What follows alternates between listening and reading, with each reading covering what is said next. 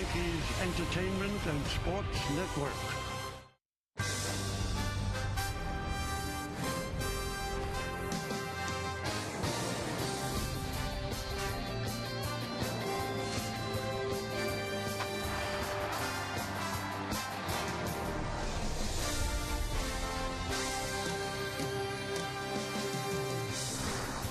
The number 42 will be worn on the back of every Major League Baseball player in this evening's games. It's an important number, especially today. 64 years ago, that number was on the back of Jackie Robinson when he broke baseball's color line. Tonight, the Yes Network presents New York Yankees baseball. It's the New York Yankees against the Texas Rangers in the first of three from Yankee Stadium in the Bronx. Hello, everybody, and welcome to Yankees Baseball, along with Ken Singleton. I'm Michael Kay. Big win for the Yankees last night. It took 10 innings. They were down 5-0, but the Yankees did beat the Baltimore Orioles by a 6-5 score. Now the Texas Rangers, as we mentioned, in town. Let's take a look at that pitching matchup. Matt Harrison off to a great start for the Rangers, 2-0 for the lefty, 1.29. Ivan Nova for the Yankees, 1-0, a bloated 6.10 ERA. But the Yankees did make a move today, and it's a big one. They put Phil Hughes on the DL with a dead arm. Lance Pendleton was called up from AAA, and Bartolo Colon was moved to the starting rotation. 3 bad starts for Phil Hughes, Kenny. Is this the right move? I think so, Michael. I think it goes back to last year when you think about it. Phil Hughes got off to a great start. First half of the year, he went 10-1, struggled in the second half, struggled in the postseason, and that dead arm period might have started then. So this year he comes out, can't regain that velocity when he was throwing 94, 95 first half of last year, and now he's going to have to go through some exercises, long tossing, trying to build up that arm strength once again. And the Yankees thought it was better to have him on the DL than go out there every 5 days and get knocked out early and then burn out the bullpen. So a proactive move for the Yankees. Well, coming up, we're going to talk all about Jackie Robinson, such an important figure in baseball history and American history. What does it mean to the players and to Kenny? That's coming up next on segment 2.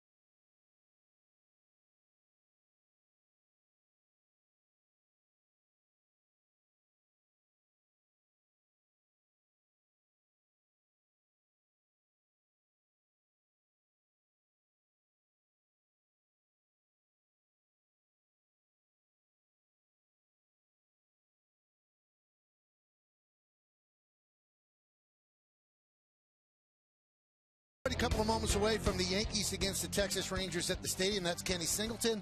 I'm Michael Kay. 64 years ago today, something dramatic happened in baseball. It should have happened a long time before that, but it took till 1947. Jackie Robinson broke the color barrier in this great game. And obviously a lot of the players today know exactly what Jackie Robinson did and how he sacrificed in order to pave the way for them. Kim Jones got a chance to talk to a lot of people today. Here's some of what they said about Jackie's influence.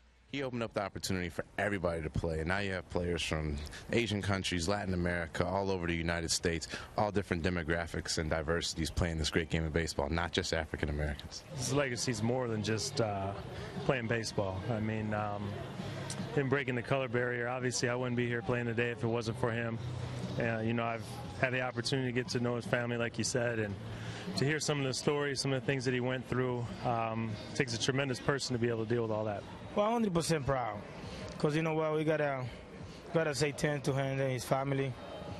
You know, he opened the doors for us, Latin and African American, So that's why we're here today, and we want you to be proud of him. The legacy that he left, I mean, the person that he was, and is still, you know, in our mind and the lives of many people they share with him, you know, especially his wife, you know, I mean, tremendous. And for me, it's an honor and a blessing. It's definitely an honor, you know, to be able to you know, honor him tonight and have the whole big leagues recognize what he did, not only for the game but for the country, you know, and it's just a great day.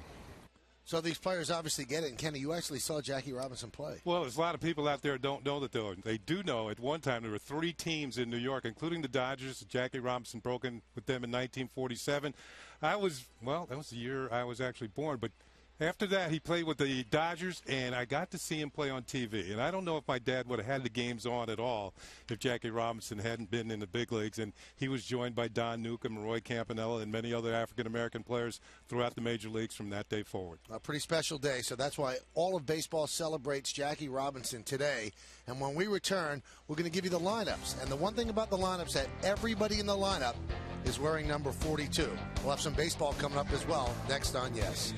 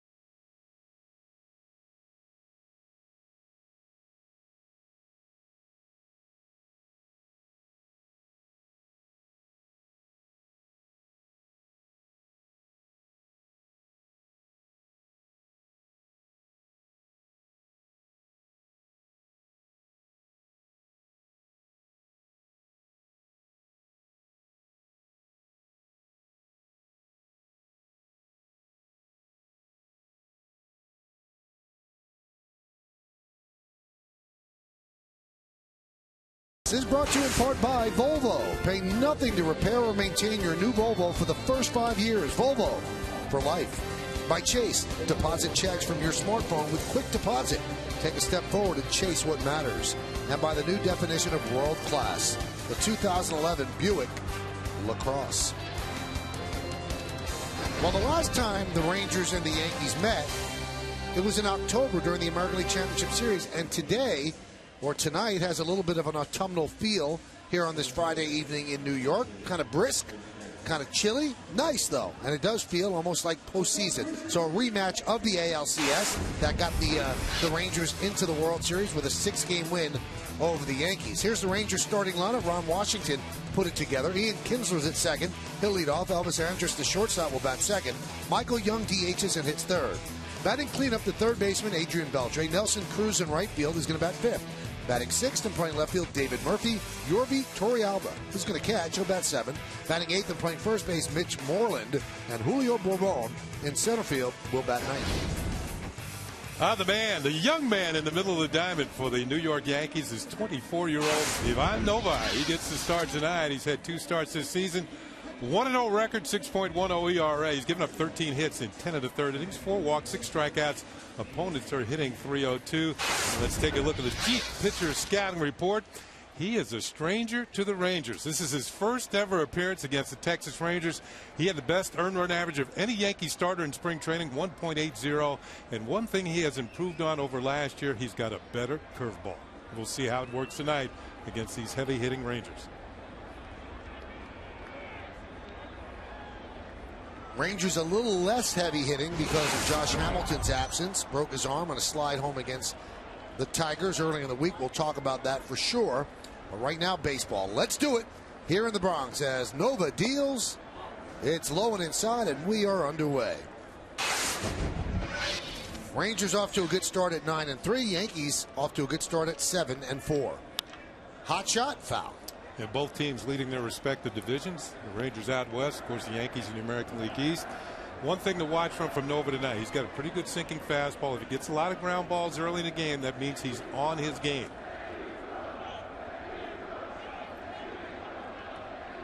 The 1-1. Count 2-1.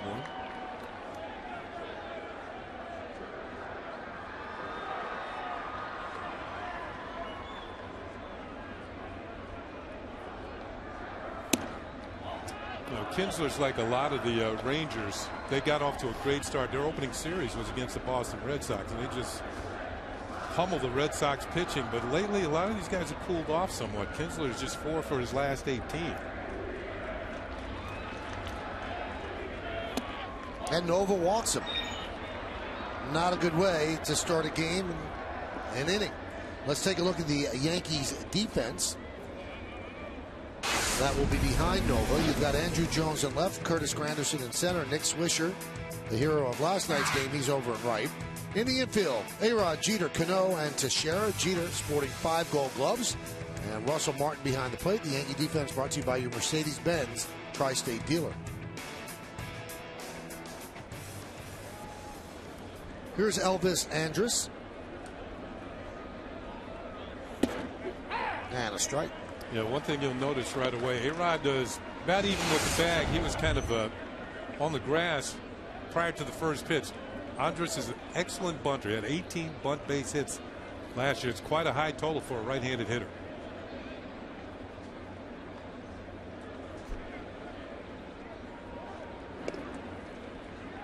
Now, Nova certainly doesn't have a large body of work when it comes to his career, but that's only the second walk that Nova has allowed leading off an inning in his career.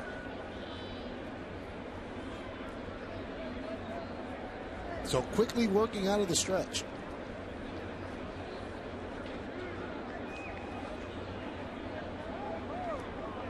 And he checks back Kinsler. Yeah, it looked like Kinsler was leaning.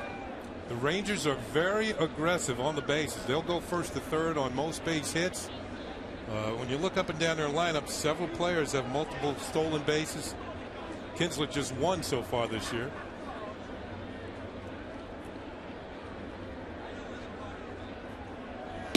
Shows bunt, takes a pitch high. Well, let's look at the game time weather presented by Bigelow Tea. 49 degrees, humidity 50%. The wind is 12 miles per hour. And the forecast is partly cloudy. Which means partly sunny, too. Yes. Isn't it? Yeah. It's going to be partly a whole lot of dark in a few hours. That's the extended forecast. Runner goes, swung on a missed throw to second. Got him. Good throw by Russell Martin. Well, it looked like a hit and run was on. Andrus misses the pitches, kind of hangs out Kinsler to dry. You can see he's looking to see what happens at home plate. But you see what happens at second. Derek Jeter has the ball waiting for him, and Kinsler is thrown out attempting to steal. Time for the GE Capital Partner Play. Great partnerships are built on trust. At GE Capital, we prove that every day. Yeah, Kinsler. Let's get back to it as Kinsler's going to take off, swing through the pitch, and there's the accurate throw by Russell Martin right on the bag, waiting on Kinsler. The 2-2. Grounded softly to Cano. 2 outs.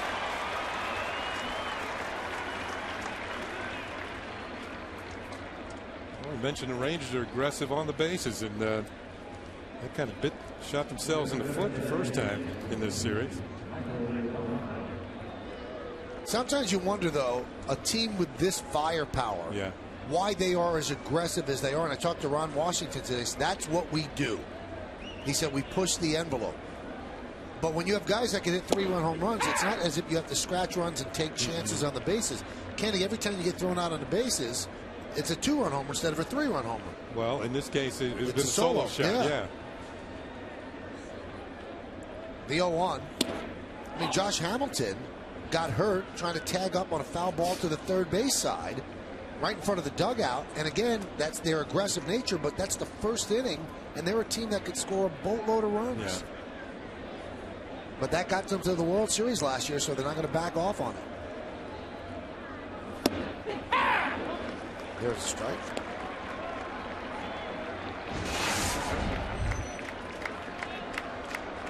So you can see Michael Young, maybe not a home run as of yet, but off to a good start with the batting average, hitting .333, and he has been hot.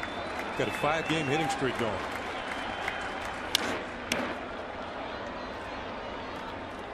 Right before spring training, he asked to be traded because they signed Adrian Beltre to a big-time contract, and Michael Young has really played every position in the infield but first. And they said that he would switch between first and DH, and he said, you know what, I want to be traded. They didn't just want to give him away. He's also not easily tradable. He makes a lot of money. And now with Josh Hamilton hurt, he's a valuable guy. As far as his big league career, the only team he's been with has been the Texas Rangers. Right. Tonight's closed captioning brought to you by Verizon Wireless. He is sort of like Mr. Ranger. He's been with the team longer than anybody else. The 2-2. Swing and a miss. So Nova comes out of the gate a little shaky, but the caught stealing helped him out. It seemed like he gained his composure. Rangers nothing. The New York Yankees coming to bat.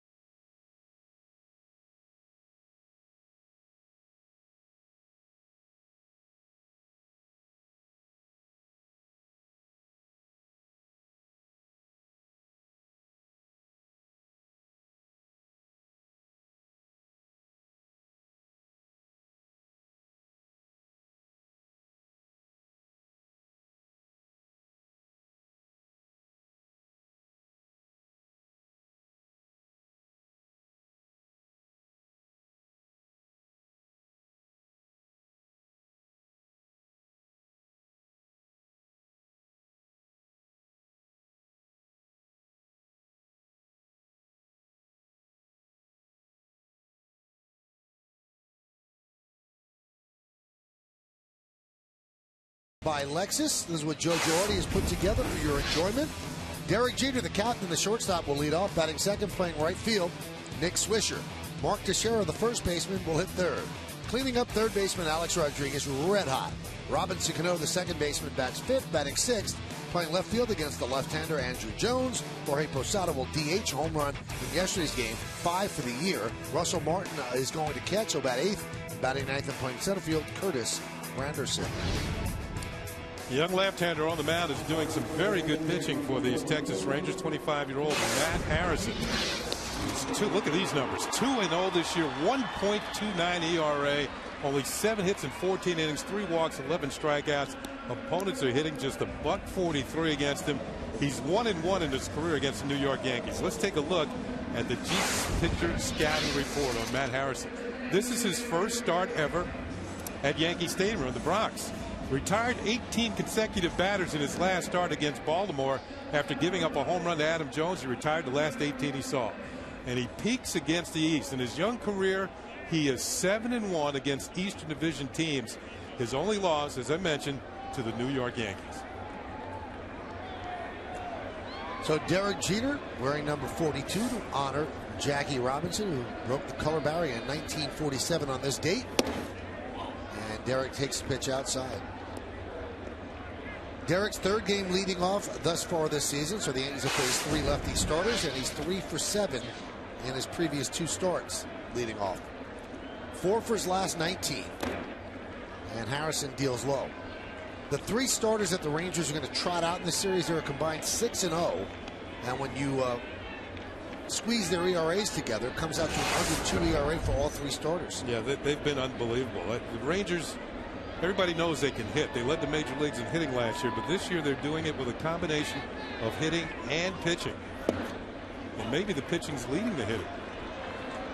And they were worried about the pitching when Cliff Lee decided not to take their offer, and he left the Rangers to sign with the Philadelphia Phillies. Look at the numbers. First in ERA, second in opponent's batting average against, and first in WHIP. That's in all of baseball. WHIP is walks and hits per innings pitched. And if it's under 1 or around 1, it's an outstanding WHIP. Yeah, everybody thought Cliff Lee was either going to the Rangers or signing with the Yankees. And of course, we all know he chose the Phillies. Right back over the mound. Grabbed there by Kinsler, and he can't handle it. Knocks the glove off as Derek Jeter picks up a hit. It looked like Kinsler was trying to flip the ball to Andrus, and not only lost the ball, but lost the glove as well. Still, it's going to be an infield hit for Derek Jeter. Now watch this. I think he's trying to flip it. Yeah. Loses glove, ball. Shoes stay on, though, as Jeter gets a base hit. Good try. As we look at it in yes mode, which is always the defining feature. That was yes mode turning into uh-oh. Michael Young gets a laugh out of it. Well, he's played second. He's played short. He's done it all. Derek Jeter gets a hit out of it. Now only 63 hits for 3,000. Here's Nick Swisher. Nick got the sac fly last night against Michael Gonzalez of the Orioles. That scored Mark Teixeira and completed the comeback for the Yankees as they won 6, 5, and 10 innings. And Nick got the first pie of the year.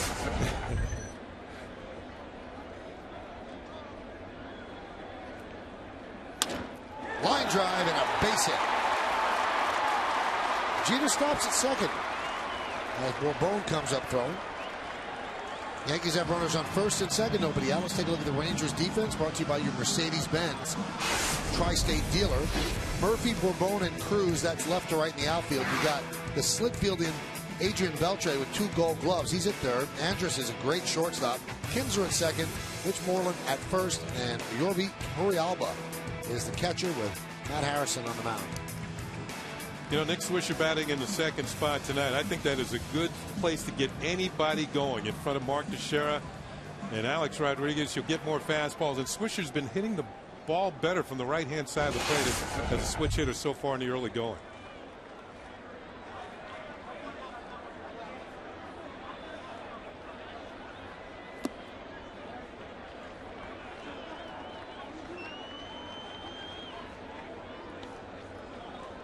Michael, you were talking about the 3 young pitchers in this series, Harrison, Holland, and Ogando. And they were toying with making Neftali Feliz their Rookie of the Year closer last year, a starting pitcher during spring training. The #1 starting pitcher. Yeah, he was going to be a starter, but these 3 pitchers that are pitching in this series threw so well in spring training, they decided to leave him in the bullpen where he was so effective last year as the closer, which actually earned Rookie of the Year honors. Teixeira fouls it back. C.J. Wilson is 1-0. Harrison, Holland, and Ogando 6-0 combined. Ogando has not allowed an earned run, and Colby Lewis 1-1 with a 5.25. And Colby Lewis has got won 2 games against the Yankees in the ALCS. There's a strike. Count 2-2. You know, Ron Washington runs the team on the field, but Nolan Ryan kind of runs things off the field, and maybe this is his pitching influence starting to bear fruit with this Texas Ranger ball club. It was Nolan who wanted his pitchers to be in better condition and able to go further into games and take a load off the bullpen.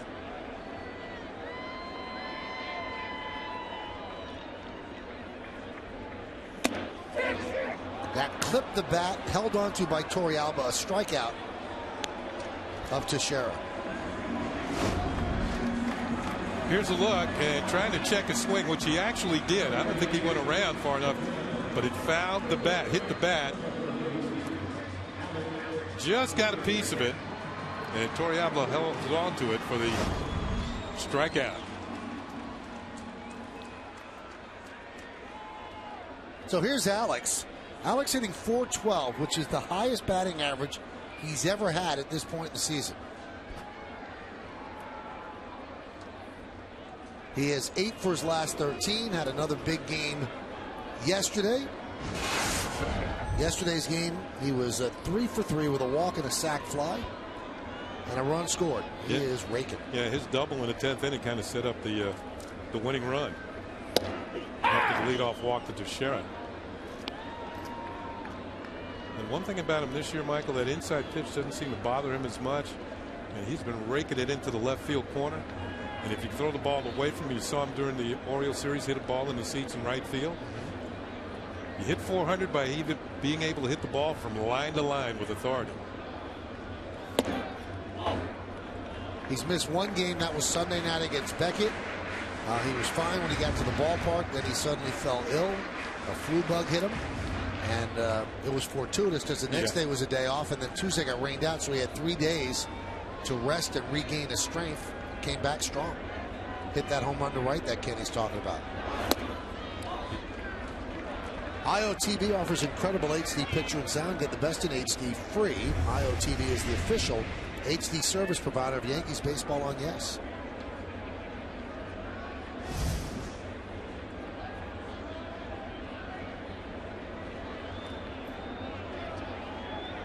The 2-1.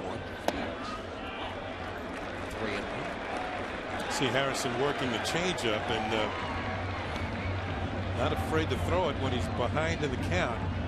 Although now he's even further behind. Let's see what he does here. The way Alex has been swinging the bat, you make just a hair of a mistake, get too much of the plate, usually going to hit the ball hard. Grounded to third. They get one. On to first and around the horn. 5-4-3 double play. You got Alex Rodriguez on the changeup to bang into the inning-ending double play. Yankees get 2 hits. They strand 1.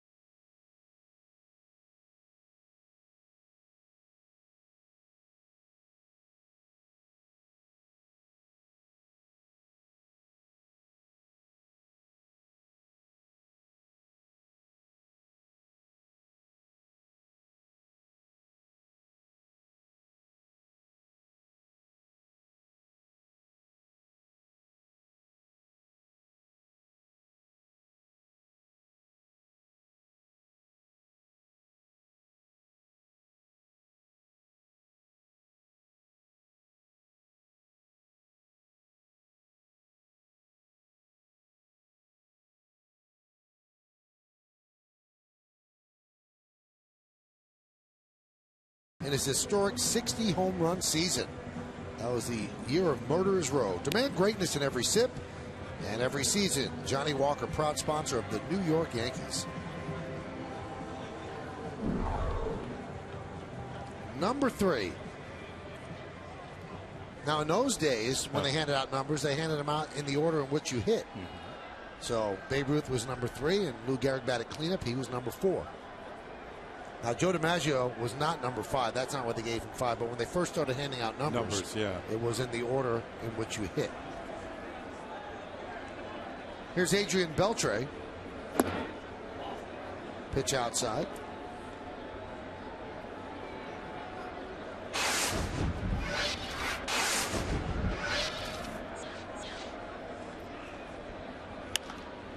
High pop-up. And it's out of play now. Adrian Beltre not off to a good start, hitting .208, but that's not anything that he fears. He has the fewest home runs and the fewest RBIs in the month of April. He has 30 home runs in his career this month and 142 ribbies. And he said, I know it's just 1 month and there are 5 others to go. He says, I never get too panicky about how I do in April. Check swing. I love it. He's the one who appeals. Was it a strike? Yeah. We've seen him do this before. He'll appeal before the catcher does. You win some, you lose some. Now there is a reason why some players do that, and Paul O'Neill explains it. He doesn't think that an umpire could get a view of the baseball coming in and also see if you swung. He said, so on a check swing, the home plate umpire should never make the call. So Beltre doesn't want him to make the call. He wants him to check right away. So he doesn't care whether it's a strike or not. Right. Okay. Pitches outside. I still love it, though. Let's meet the umpires right there. And on the left is a little fancier. Gary Cederstrom, Lance Barksdale, Fielden Culbreth, and Adrian Johnson. I wonder if the scouting reports underneath. No, I don't see any. Line to left field. Going back is Andrew Jones. It's over his head, and it will go to the wall. And Beltre is at second with a double. Yeah, one thing, Beltre's starting to heat up. You saw his average at 208, but he's got a 6-game hitting streak now. So you can imagine where he has come from to get over 200. He's always been a good high fastball hitter, and this one's about belt high, maybe a little higher. And he had one earlier in this at bat and fouled it off, but he didn't miss this one as he runs it over the head of Andrew Jones off the wall in left field for a 2-base hit to lead off the inning.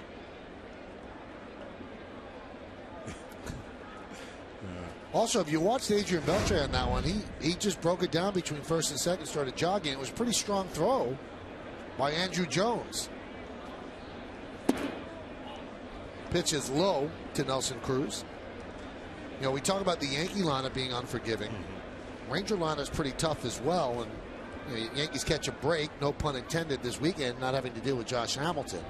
But it's a very long lineup, very circular. I mean, you look at the guys batting ninth today. Julio Bourbon, he can hit. And he can run.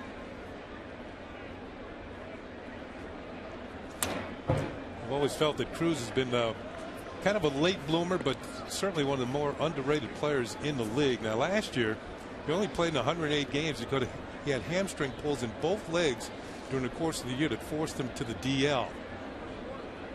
And he still drove in 78 runs in 108 games and had 22 home runs. So he would have had a really big year if he were healthy, as if the Rangers needed more offense. Line to right field, it's a base hit. Adrian Beltre held up, and they're going to hold him at third base as Swisher throws to home plate.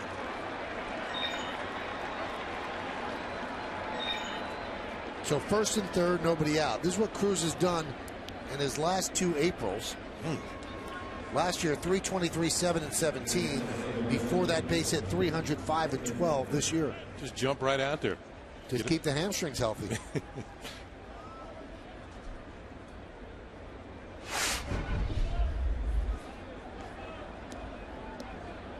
That's going to bring up David Murphy as Cruz leads off first. Rangers just lost 2 in a row to the Tigers.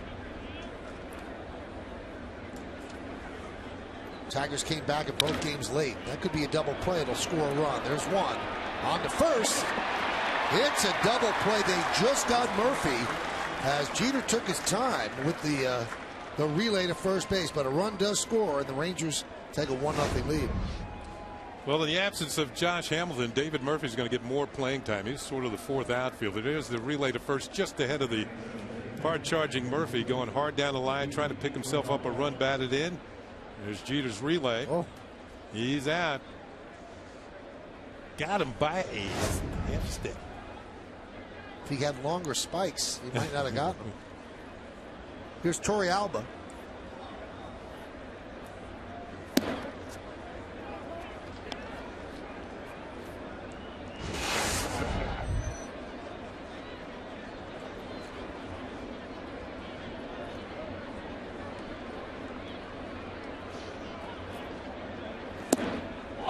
Breaking ball outside. Rangers signing Torrealba as a free agent. And last year out on the West Coast with San Diego Padres. Their other catcher is Mike Napoli. Josh Hamilton, arm in a sling. He's expected to miss 8 weeks. Broke his arm on that head-first slide into home plate.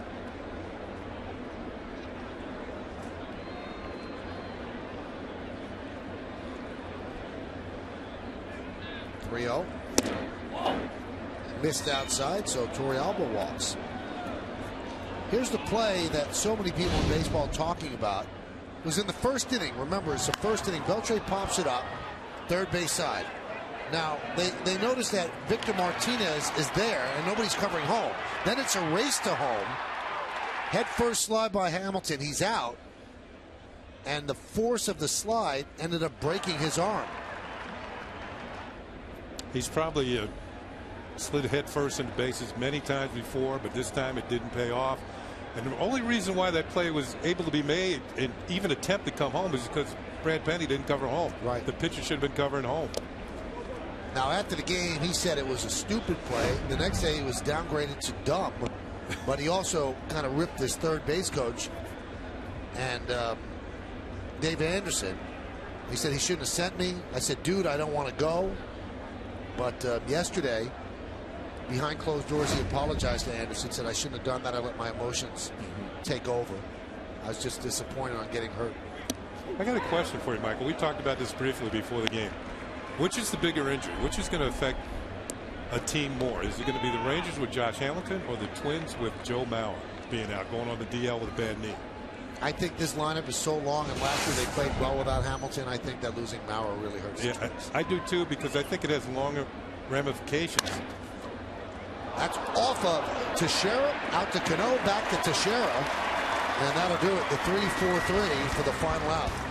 But the Rangers score 1 run, 2 hits, no errors, 1 man left on base. Rangers 1, Yankees nothing. We go to the bottom of the second.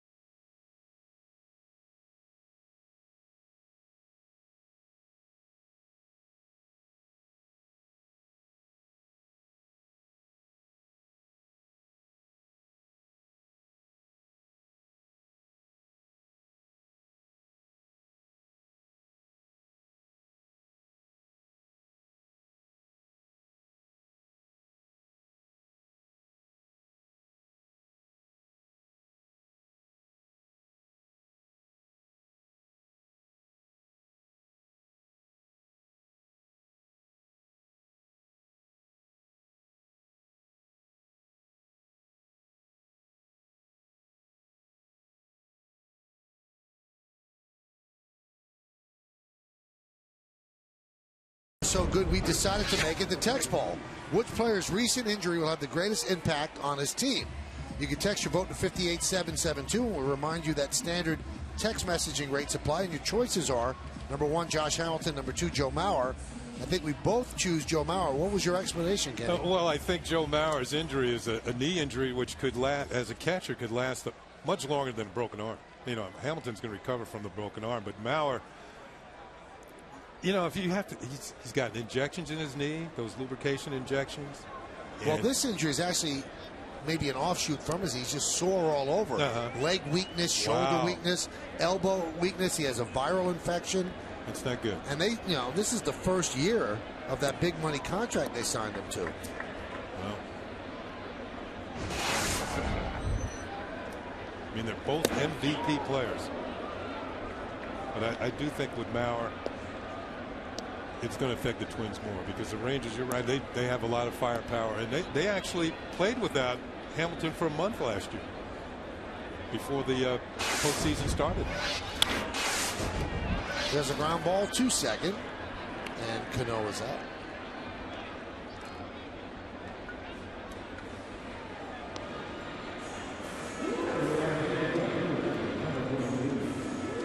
Having said that, in regard to Hamilton, I don't think there's anybody in the league that hits the ball as hard as he does. Oh, it's unbelievable. I still remember the home run derby. The home run derby. Yeah. Wow. I was on the field. I was lucky enough to be on the field that day.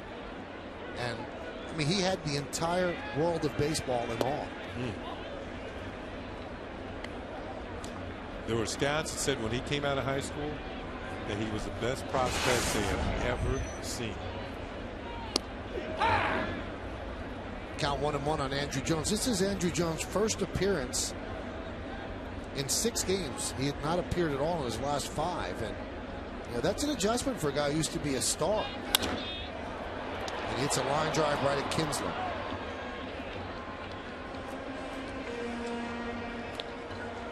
Well, let's check out the Volvo team scout report of the Texas Rangers. They roll into the Bronx for the first of 2 trips this year. And there is Ron Washington, who took the team to the World Series a year ago. They are second to the Yankees in home runs. They've got a power pack lineup. But this year, the pitching has been good, as we said, 2.55 team ERA that leads the major leagues. And they've also allowed the fewest hits and homers in the American League. Some great pitching thus far early in the season for the Texas Rangers.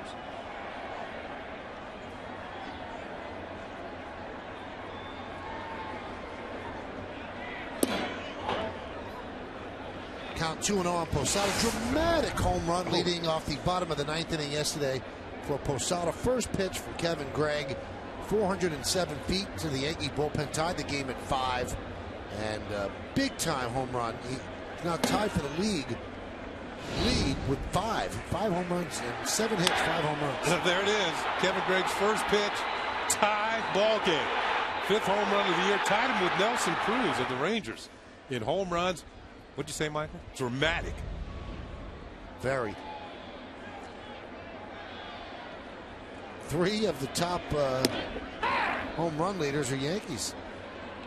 The other ones are Rangers. So, Yankees, by the way, have 21 home runs through 11 games, and that is the most that any Yankee team has hit over 11 games. The 1932 team actually hit the same amount. They hit 21 over 11 games, so that's tied for the Yankee record. Is that the first 11 or over any 11? First 11. First 11, okay. In 2003, they had 20. That's a whole bunch of home run hitting. Rangers lead 1-0 over the Yanks, so Posada walks. Here's Russell Martin.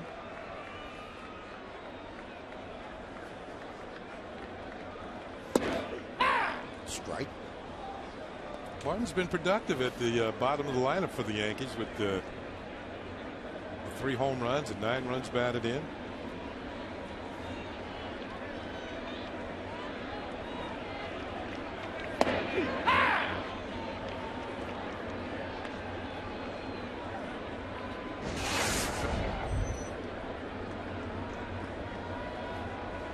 You think about it, Michael. The Dodgers let him walk. And the Yankees might be the beneficiaries the way he's gotten off to a decent start here. Good signing. No, I asked Don Mattingly, who was his coach last year, now the Dodger manager, how would he fit in New York and the pressures inherent upon playing on the Yankees, and he said perfect. He said if this guy's healthy, he's a gamer. He said he's not going to be distracted from everything that goes on in New York and all the scrutiny. He said he's just perfect for that situation. He came from Hollywood. That one is looped into right center field. Cruz cuts over, makes the play, and that will do it. No runs, no hits, no errors, and 1 man left. We've played 2 at the stadium. 1-0 Texas.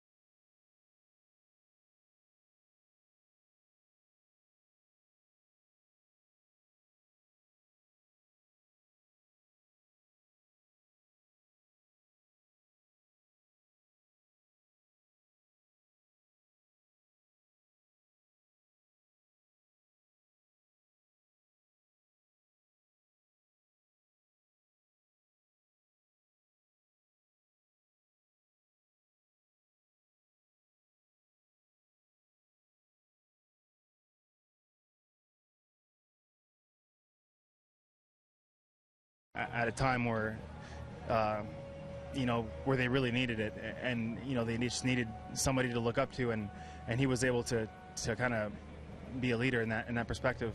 And my dad just looked up to him, and I think kind of helped him realize some things, when he was a kid, and he kind of just passed those on to me. Russell Martin's talking about Jackie Robinson, the man being honored around baseball today. And I got a chance to hear a lot of the Yankees talk about this stuff to Kim Jones, and all of them heartfelt and really well thought out comments, Kim. And it shows that this wasn't just lip service. These guys really had thought about what they were saying. You're right about that, Michael. You heard Russell Martin reference his father. Well, so did Robinson Cano, whose father, Jose, named Robinson after Jackie. Robinson Cano saying, I'm 100% proud to share his name. Players like Andrew Jones and Derek Jeter, who've had great careers themselves, both saying, I might not be here were it not for Jackie Robinson. Fly ball by Bourbon, put away by Granderson. And then you have guys, Curtis Granderson and CeCe Sabathia, who so embrace Robinson's ideal of being not just a great player on the field, but contributing off it. And finally, Mariano Rivera telling me, I am so pleased today to share my number 42. He's the only one who wears it, as we know. With everyone around baseball, we should all wear it because he meant so much to all of us. I'm honored to wear it every day, Mariano said. So a nice tradition that baseball started, and Mrs. Robinson was here, and daughter Sharon as well. And I think the Yankees handled it beautifully before the game. I think Major League Baseball handles it beautifully as well, Kenny. It's something that should be remembered. It's an important day, and as I said at the start of the game, not just an important baseball thing, but it's an important in the history of this country as well. Most certainly, Michael, because when you think back with Branch Rickey, he wanted a player, a special person, not only a baseball player, but a special person to be the first African-American player to play Major League Baseball. And fortunately that Mr. Rickey and Jackie Robinson was able to live up to everything that Mr. Rickey was looking for and get the job done. So it enhanced the ability for other African-American players and players from around the world now to play Major League Baseball. This is a worldwide game. Well, it made the dream of a Major League career possible for many kids throughout this country and around the world as well. So that's why Jackie Robinson is honored on April 15th, and he broke into the Major Leagues this date in 1947. Now, Kim, another big piece of news before the game, I'd say right around 3:30, 4 o'clock, the Yankees announced that Phil Hughes was going on the DL. Now, following his comments yesterday when he said he just didn't feel right, but he didn't say he had any pain, I guess it shouldn't come as a shock. No, I'd say not a shock, Michael. Phil Hughes still says he's not injured. Joe Girardi says there are no tests scheduled. He is on the DL with arm fatigue. But Phil Hughes, who has been perplexed by his first 3 starts, which have been short starts, and they've yielded a lot of runs, did today say, my arm feels dead. Something had to change, and that is why the decision was made not to send Phil Hughes to AAA, where he could get some starts in and build his arm strength. He is going to stay here with the Yankees. He is on the DL, as I mentioned, but he will strengthen his arm. He will long toss, and they will make sure his arm is strengthened. When they deem that, he will throw a bullpen. So they will take baby steps with Phil Hughes as he builds his arm strength. Phil Hughes saying he is optimistic this will work, and this is the course of action he believes he needs to take. First and foremost, doing some strengthening exercises that if he were preparing for a next start, he simply couldn't do because he'd be preparing for that next start. Now he has some time on the shelf to try to get that arm strength back. And also by putting him on the DL, Kim, it allows the Yankees some latitude that when he's ready after strengthening his arm, he could actually go down and make rehab starts, not be quote-unquote sent down to the minor leagues, and they could keep him down there a certain amount of time and still be on the DL and get the work in to strengthen out the arm. Michael, you're absolutely correct. And while Phil Hughes is on the DL, no surprise here. It will be Bartolo Colon taking his spot in the rotation. You should be mindful of this, though, if you're counting ahead. The Yankees have scheduled days off on Monday and Thursday of next week. So today, Joe Girardi was not exactly prepared to say when Colon will fit into that rotation, but it will be the strike-throwing Colon who takes Hughes' spot. Runner on first base, 1-1 count on Elvis Andrus, and the pitch is outside. Now, Kim, I'm curious.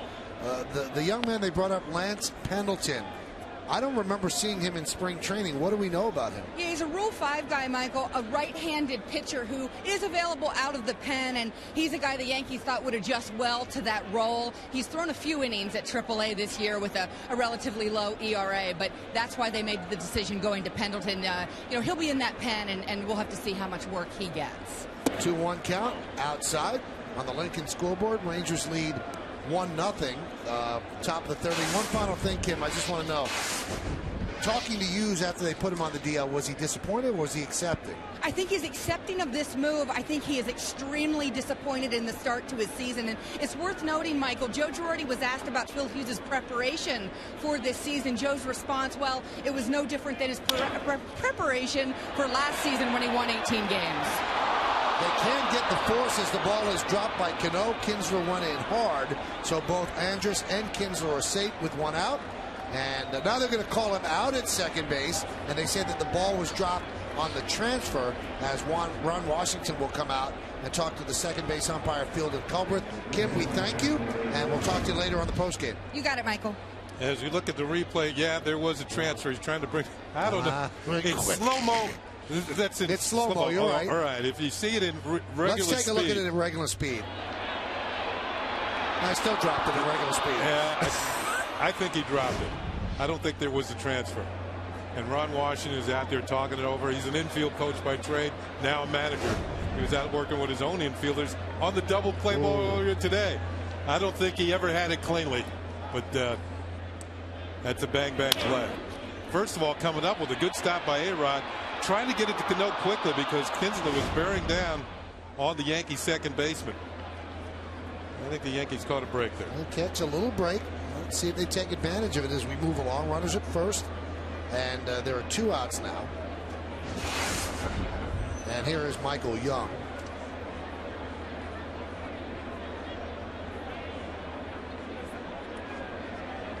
Just want to give you some quick stats as that ball was blocked by Teixeira. Beautiful play on a bad throw by Nova. We talked about Lance Pendleton. Last year between AA and AAA, he was 12-5, 3.61 in 27 starts and 2 relief appearances. So in essence, he's their long guy. And you can see he's just jacked up about being here. Yeah, either that or he's worn out from coming from Scranton Wilkes-Barre. They might have been on the road, though. You never know. I'm sure he's thrilled. Obviously. Obviously. How could you not be? Wow. No matter how good AAA is, it's not as good as this.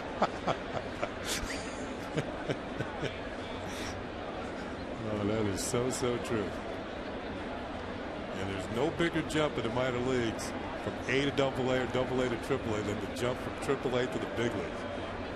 And the Yankee AAA team is really top of the line, high class. They do everything great at Scranton Wilkes-Barre, but that's why they call this the show. This is what you aspire to come to, and he's here now.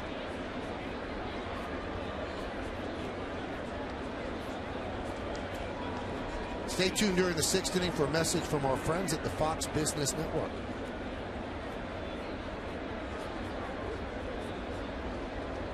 We checked, and Scranton was home yesterday against Buffalo. It's about a 2-hour drive from Scranton. Yeah.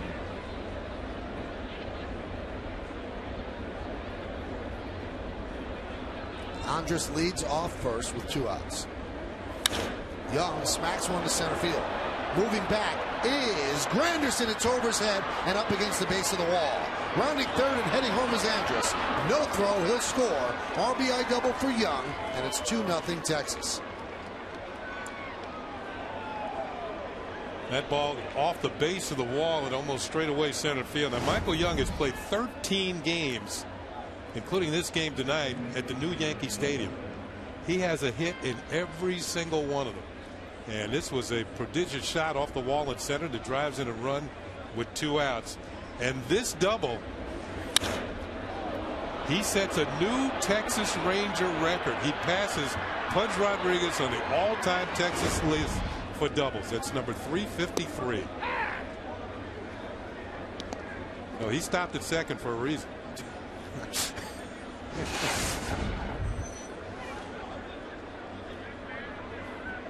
So now that call at second looms a bit larger after that double over the head of Granderson. Count 0-1 on Beltre as Young leads off.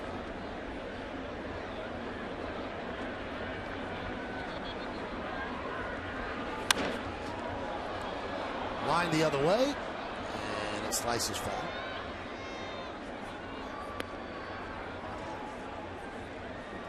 You know, Michael, as we watch these Texas Rangers over the 3-game series for the first time this year, I always felt that the team that lost the World Series was a dangerous team the next year, because they know what it's like to get this close and not come away with the big ring.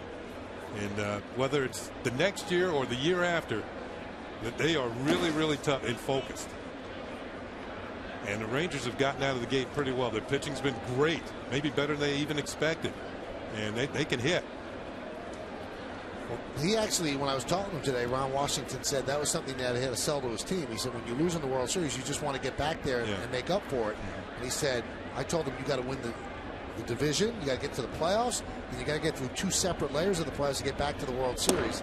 So you can't just think and obsess about, I got to get back to the World Series, as Beltran goes down on strikes. The Rangers score a run on 1 hit, 1 man left. We go to the bottom of the 3rd, 2-0 Texas.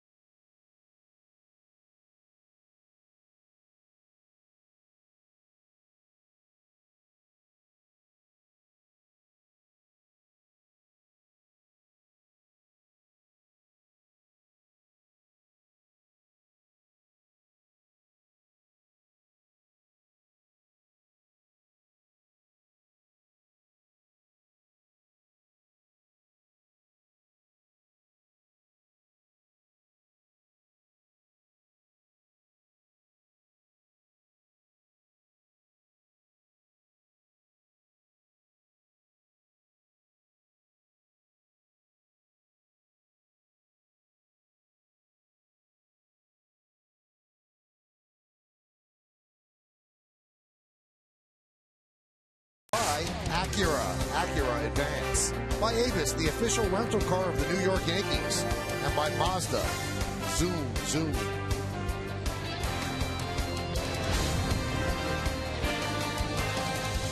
Beautiful, brisk evening here at Yankee Stadium. On the Lincoln scoreboard, it's 2-0 Texas, as the Yankees will send up 9-1-2 in their order. Granderson, Jeter, and Swisher against Matt Harrison. Granderson so far this year is 2 for 8, and both hits home runs against lefties this year. He had such a good spring training. Now, a tale of 2 players. Alex had a great spring training, carried into the season. Granderson had a great spring training and hasn't carried into the season. Although he had that big home run on opening day, he has slumped since, and he is under 200.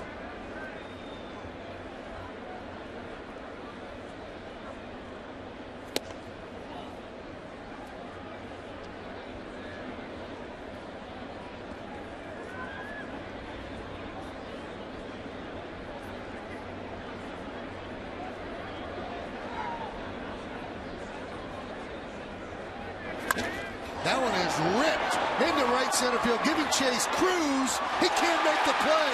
It's off his glove, and Granderson is at second. Not the easiest play. Probably be scored a double. Well, Cruz, the look on his face is, I should have had it. Put a glove on it, couldn't hold it. But this is almost right in the middle of the plate. Granderson, with his new stroke that he found last year, reached actually a little too far. Hit off the heel of his glove. Well, they do not give him a double and scored an E9. Yeah, I thought it was an E. Jordan Spreckman, the official scorer. This is the big leagues. Thought he should have made the play. He got to the point. Actually reached a little too far. Ball hit off the heel of the glove. I'll tell you, Cruz, although he made an error there, he's an underrated player. I thought that ball was going to be in the gap. He got to it somehow.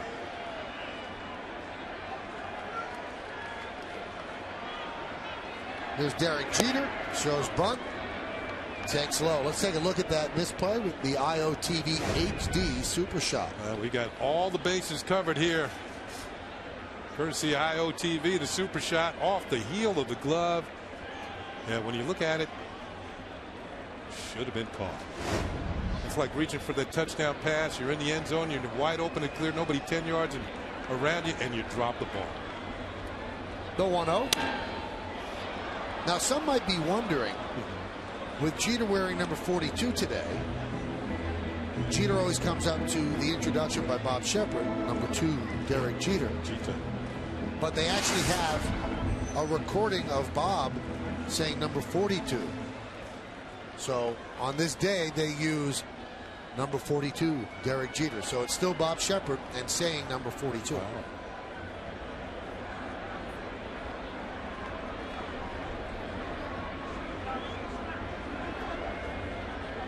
Jeter had to hit his first time up, so he is pulled within 6 hits of Frank Robinson on the all-time list.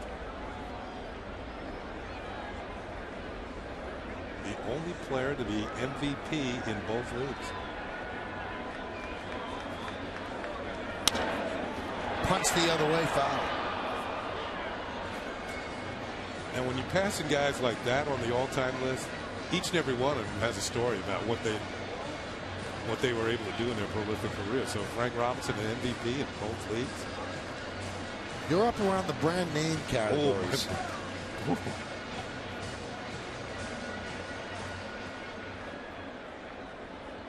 It's fun. You sit here, you watch Derek and Alex pass all-time names. It's almost like history lessons, you know, because you have to talk about the players that they're passing on these lists.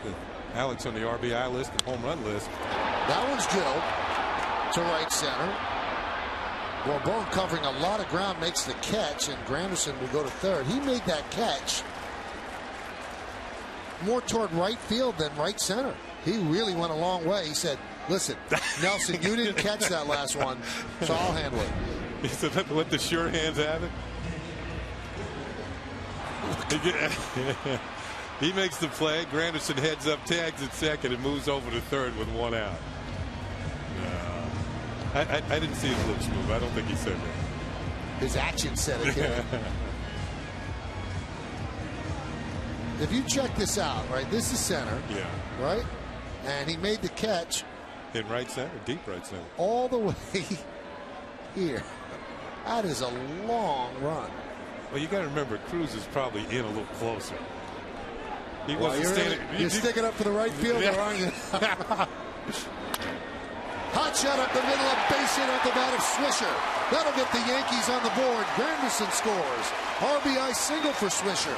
And the Rangers now lead 2-1. I talked about being in that second spot in the order, and Nick Swisher is Joe Girardi's designated swingman. He's batted anywhere from 2nd to 7th last year.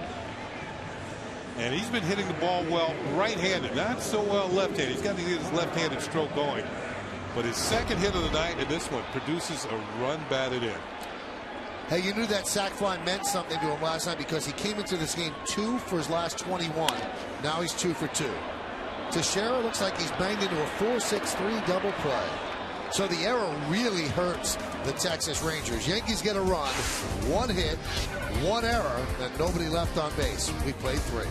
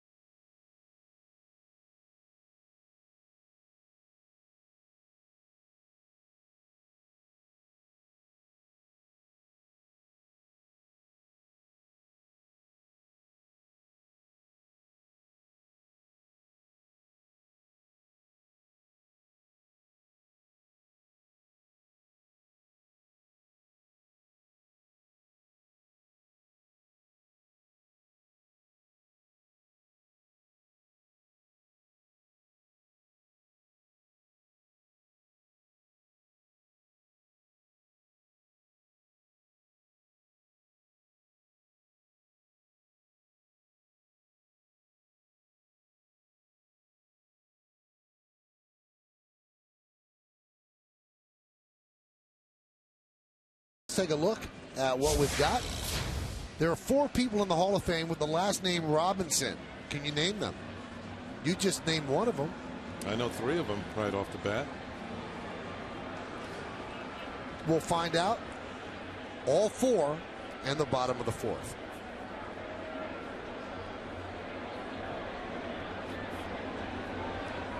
I want to send out our condolences. Our Director of Broadcast Operations, Mike Webb, lost his dad today, Kenneth Webb. And everybody in the Yes family sends our prayers out to the Webb family. And we are so sorry for the loss of Kenneth Webb. Count 1-1 on Nelson Cruz. And I'd also like to send out my condolences to 2 friends of mine who passed away, their families, Martin Racanelli and Sam Lefkowitz. Our thoughts are with you. Count 1 and 2 on Cruz.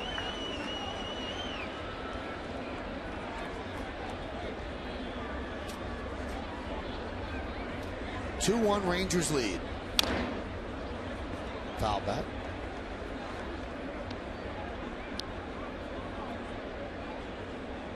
Last year, these 2 teams were 4-4 in the regular season. And then the Rangers beat the Yankees in 6 games in the ALCS.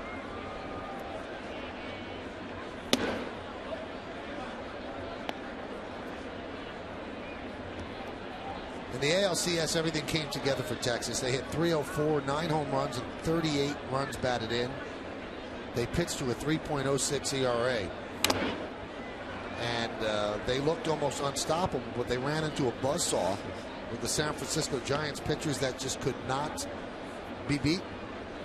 A stretch of games where the Giants took the world championship. Classic case of a great pitching, stopping, very good hitting.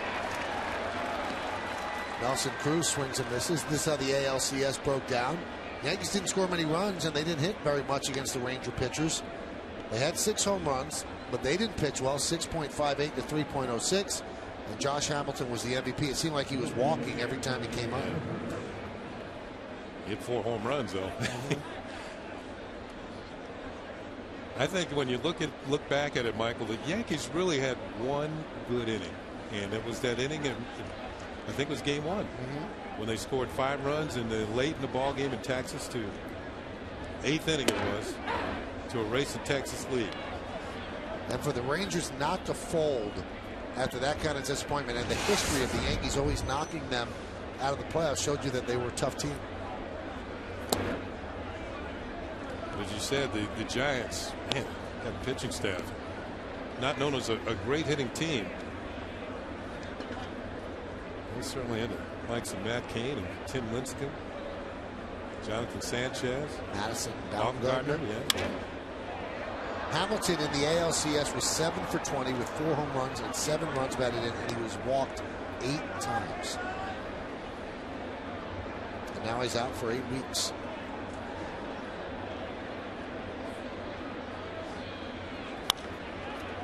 Popped up. Robinson Cano. Now, most Yankee fans know this, but if you don't, Cano was named after Jackie Robinson. His first name is Robinson because of Jackie Robinson. His dad, a former big league player, wanted to honor the memory of Jackie Robinson and named his son Robinson. And that's why Robinson Cano wears number 24, which is the flip-flop of 42. And the last player that will ever be allowed to wear number 42 is Mariano Rivera. He was grandfathered in after they decided that the number would be retired around baseball. Mariano was chosen before the game to greet Rachel Robinson, Jackie's widow, who was here before the game along with daughter Sharon. Had a chance to meet Mrs. Robinson years ago. What a lovely lady.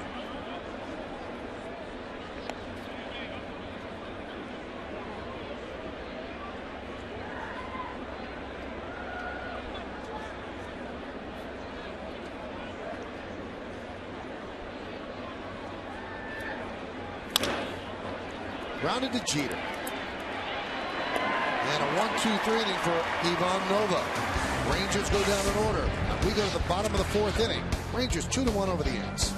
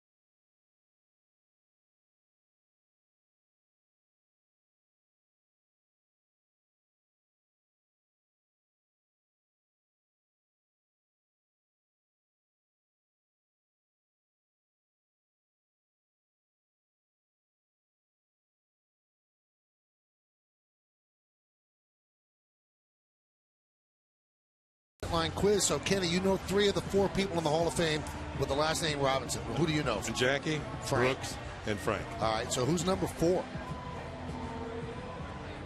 Wilbert. Oh, Wilbert. He was the manager of the Dodgers years ago.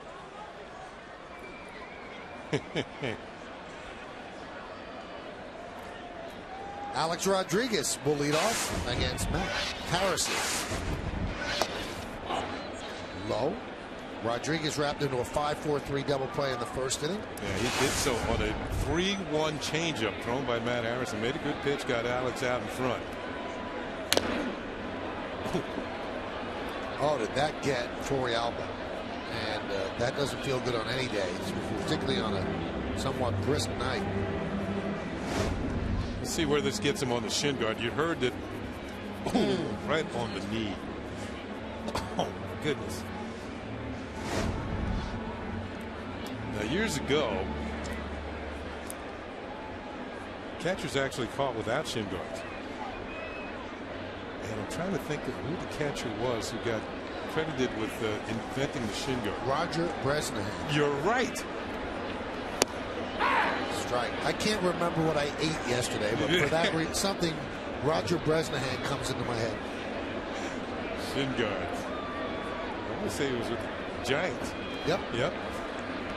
At the time, the New York Giants. How can they catch without shin guards? And before that, they didn't have masks. And the mask was invented by a catcher at Harvard University. See, they're smart. Yeah. I think he went on to become a dentist. But he should have invented the mask. He'd have more clients. By the way, when Wilbert Robinson managed the Dodgers, they were the Brooklyn Robins. Yeah. And they became the Dodgers, the Trolley Dodgers. As Alex Rodriguez worked the walk. There were trolley cars for you younger viewers. There were trolley cars in New York.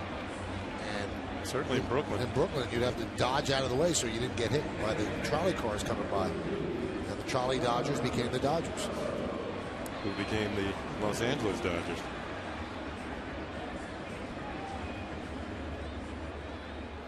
So Alex is on first. We're at the bottom of the fourth inning. Texas 2-1 over the Yanks. The Dodgers have now played more games in Los Angeles than they played in Brooklyn. That happened a few years back, too. And that means Vince Scully has announced more games in L.A. than he did in Brooklyn. Sure. Chop towards second. There's one. And there's two. Kinsler stayed with a tough hop to turn that 4-6-3. That is the third double play. Yeah, I was going to say, third time that Harrison has helped himself out via the double play ball. Leadoff walk erased, and you're right, Mike. This is a tough hop. Stays with it. Got a little glove, got a little belt, but got a double play.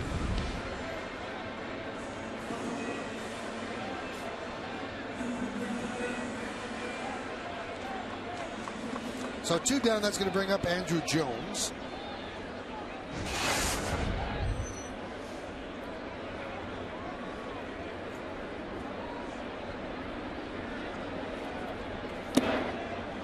Shows bunt, takes pitch low.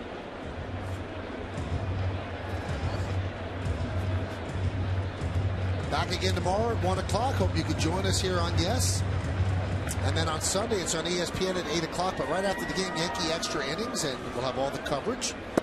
Shows bunt again, takes inside. Freddie Garcia is scheduled to pitch tomorrow. First start. And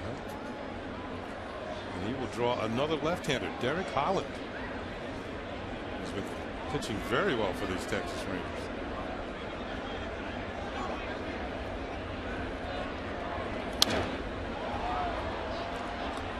Why don't we officially take a look at tomorrow's starting pitchers? Brought to you by Verizon Fios. Get the ultimate entertainment on the Ultimate Network. Fios, a network ahead. Freddie Garcia, just a relief appearance against the Red Sox. And Derek Holland, 2-0, 2.25. And our coverage begins at noon. We're ready right here on Yes. 2-2. Looks like Andrew Jones chased the pitch out of the zone. He didn't get cheated on the swing, though.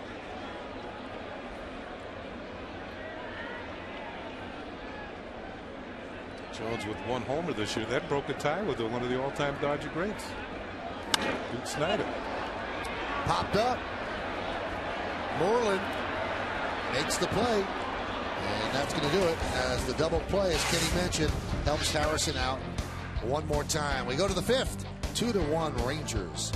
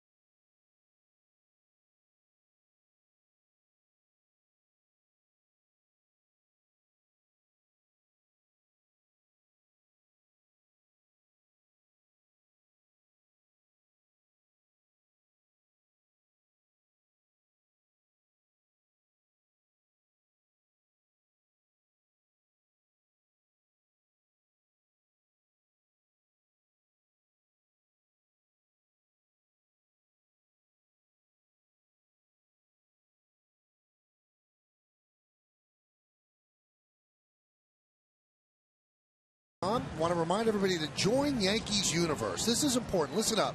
The New York Yankees official fan club is where you can connect to other fans and the Yankees via a members-only website. Now, members enjoy exclusive benefits, including a subscription to MLB Game Day audio. Other benefits increased based on the tier of membership selected. Now, a portion of the proceeds are donated to Memorial Sloan Kettering, benefiting pediatric cancer research. It's a great cause. So please join Yankees Universe today by calling 800-GO-YANKEES or visiting Yankees.com/Yankees Universe, and you can get really good stuff if you hit certain tiers, and we'll show you some of the stuff. How about this? Yeah. Kenny, for some reason, has the pink shirt, and I have the blue Yankees Universe. and you'll get one of the Yankee yearbook. Pink is cool.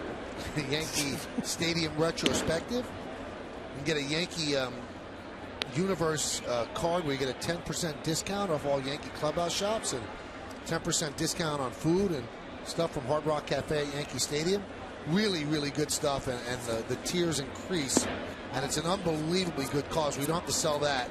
There's a $41.95 package, a rookie package geared to the younger fans, and the MVP package is $2.95, and it includes 2 field-level tickets to a select regular season game here at the stadium. It's hard to pass up that offer, and all I have to tell you again, it benefits Memorial Sloan Kettering and pediatric cancer research. And unbelievable causes, and you get a gift out of it, so go for it. Really great thing.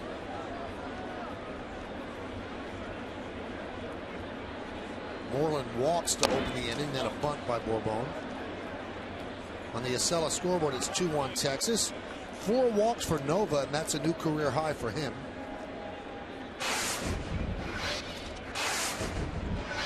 That is the second leadoff walk he's had in the game. Bourbon, of course, has excellent speed. A-Rod well in on the grass at third.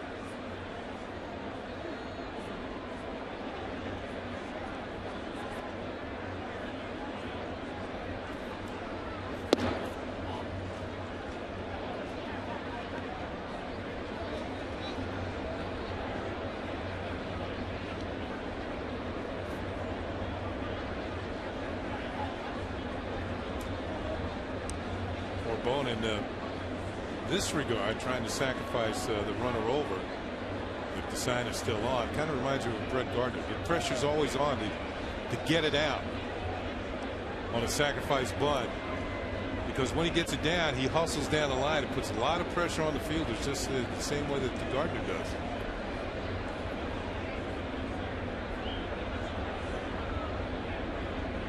It's a good look at A-Rod. Almost shake hands with Bourbon. Got to throw strikes.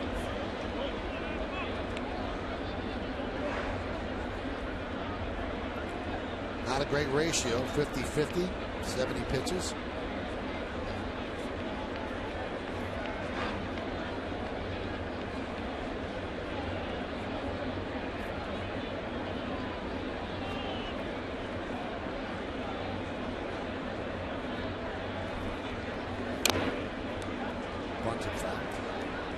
Kind of belies the skills of Bourbon. He's a pretty good bunter. 8 sack bunts last year. He also had 17 bunt base hits. I don't suspect he would be bunting now with 2 strikes.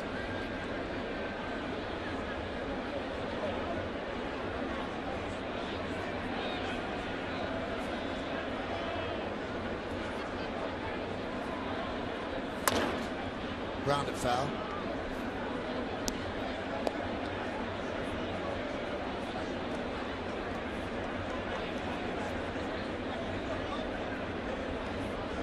Talk about the firepower of the Rangers. You see Moreland at first base. We have a note here, Michael, that Moreland was the last rookie. Last year he started every game of the World Series, and the previous rookie to do that was 1947, and it was Jackie Robinson, who started all 7 games of the World Series against the Yankees. The World Series that the Yankees won in 7 games. I think that stat, though, is the last rookie that started first base. First base, yeah, that's what I meant. Right. A lot of Dodger fans might not remember that because they think of Jackie as a second baseman, but his first year he was the first baseman.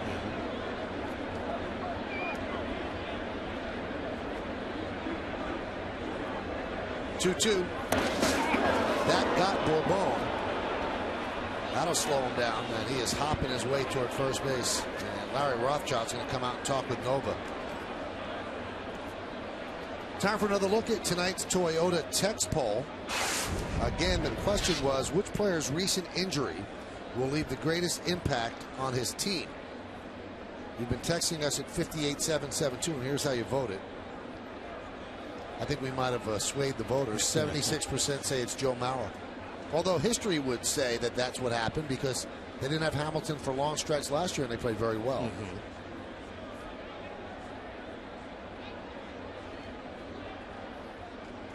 So wasn't it a few years ago that Maurer missed the first month and still was the MVP?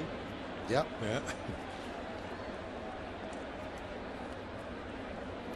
Yeah. Nova not as sharp tonight as we've seen him in the past with the 4 walks and now a hit batter. He's only had 1-1-2-3 inning. And now he sets up Ian Kinsler for a possible sacrifice bunt. See how Ron Washington wants to play this.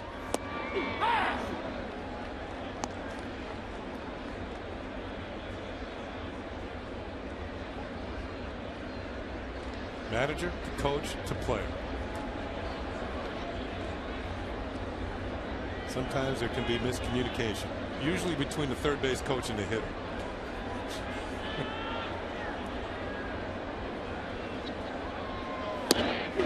Breaking ball strike. Nova struggles second time through, and particularly after that as well, and that's been the trend in his short major league career. And I talked to Larry Rothschild about it, and he said he felt that it was more mental than wearing down.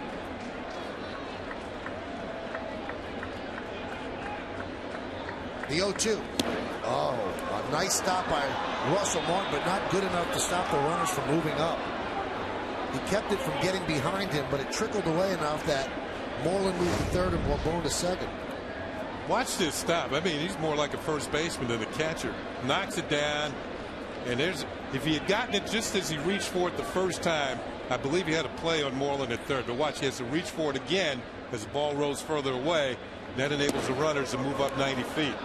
Moreland to third, Bourbon to second. So no need for the sacrifice. 1-2. Soft ground ball to short. That's going to score a run. Throw across the diamond. A nice backhanded scoop by Teixeira. So an RBI for Kinsler, and it's 3-1 Rangers as Bourbon stays put at second.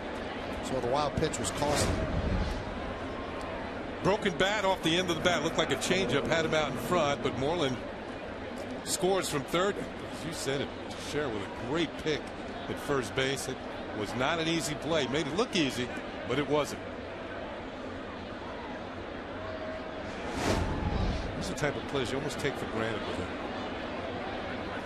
That's why he won the Gold Glove. Yeah.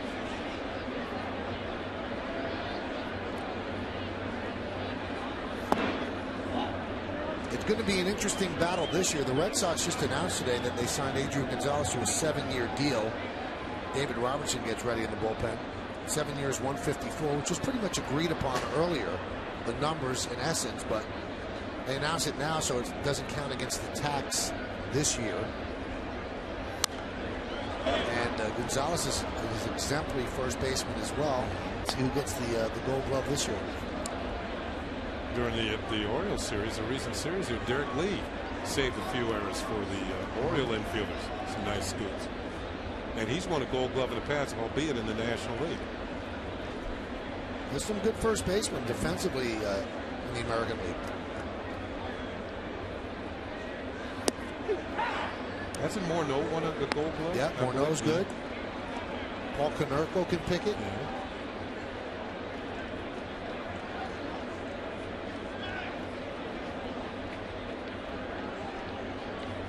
Count 1 and 2 on Andrus.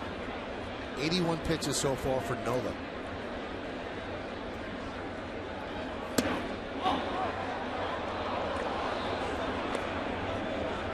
Two and 2.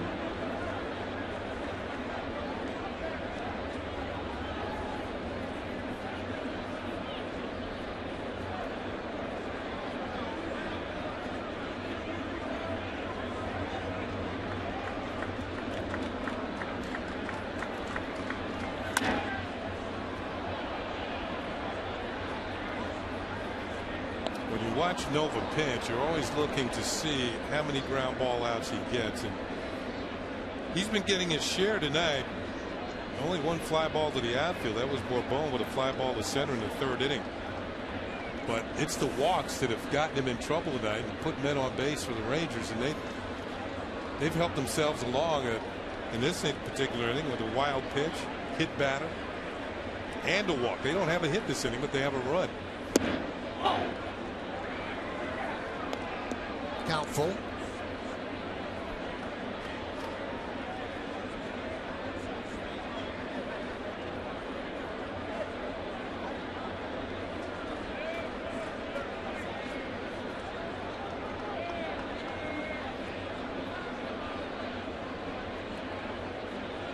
3-2. He walked him.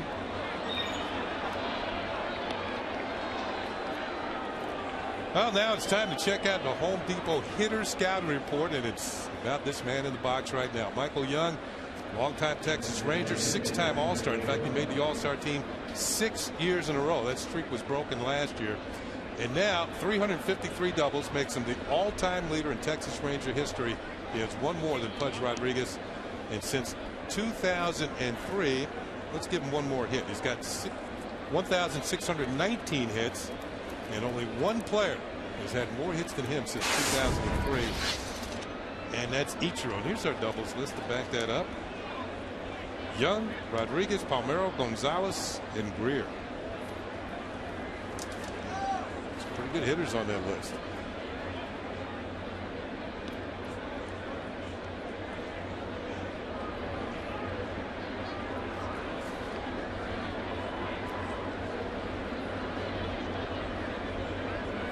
Michael Young hammers one through the left side of the infield, a base hit. Bourbon rounds third. He's trying to score. The throw is not in time. It's an RBI single for Young. And now Texas leads 4-1. Well, with all the walks, eventually you have to come in with a strike, and Michael Young was waiting. It looked like a high pit man. He got on top of this. Rushed it through the infield. And Andrew Jones with the throw to the plate, not in time.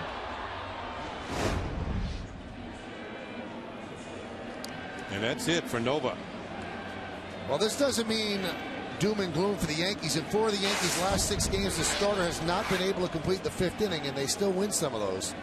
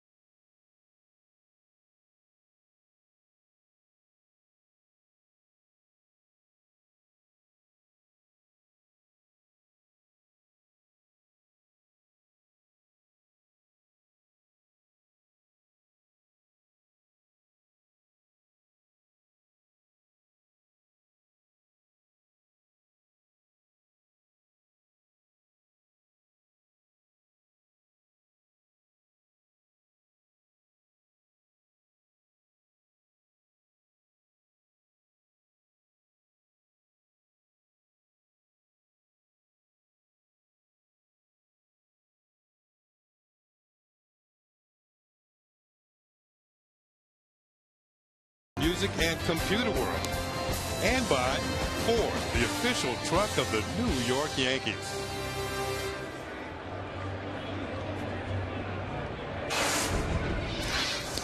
Well, the Yankees make the call to the bullpen, and they bring in David Robertson, and Robertson's been perfect so far. And the call to the bullpen, as always, brought to you by our good friends at AT&T. And we mentioned as we were going to break, you don't want to make the call this often, this early. And that's one of the reasons I felt, Kenny, that they were so proactive with the Phil Hughes situation. With Hughes followed by Nova in the rotation, you can't have Hughes not give you length and then have the youngsters follow after that and then Freddie Garcia after that. You can't keep using your bullpen 4 innings a night. No, because all of a sudden you'll have that Scranton Wilkes-Barre Express that heated up and is shipping pitchers in to work out of the bullpen for you. So David Robertson comes on.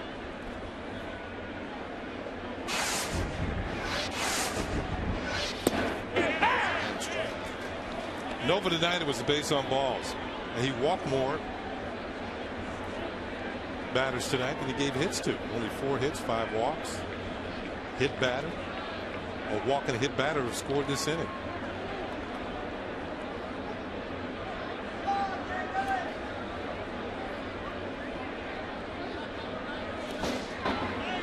Martin blocks it. But again, both runners are able to advance. He's getting a workout back there. That is another wild pitch. Second one this inning. And the second time that two runners advance. Andrus goes to third. Michael Young moves to second. And Russell Martin scrambled. Yankees bring the infield in. They want to stop it right here at 4-1. Dangerous against Beltre.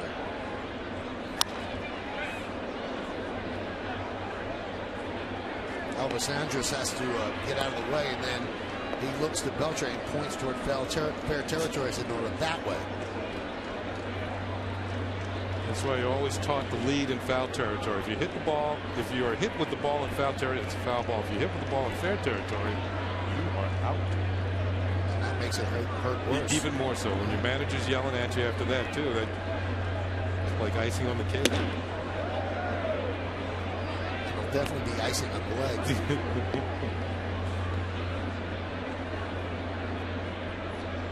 Last night the bullpen was great. Colon came in and just shut the Orioles down. Then Chamberlain made a great defensive play and looked sharp, threw 98 miles an hour on one pitch. And then Rivera, a perfect inning to get the win. Runners in scoring position. Beltre so far this year is just 1 for 14. A little surprised that the Rangers made the run at Beltre. A lot of people thought that the Angels were going to put in the big bid. But Texas swooped in and signed him. I think Texas wanted to upgrade their defense at third base. Possibly shift Michael Young to first. 2-2. Another block by Martin. Martin is getting banged up back there. He's the only catcher in baseball that has played every inning of every game. In fact, Gustavo Molina, the Yankees' backup catcher, is the only player in baseball that was on the roster on opening day and has not played one inning of a game. And he's supposed to catch tomorrow, day game after the night game. They'll finally give Russell Martin a little bit of a blow. There's Gustavo.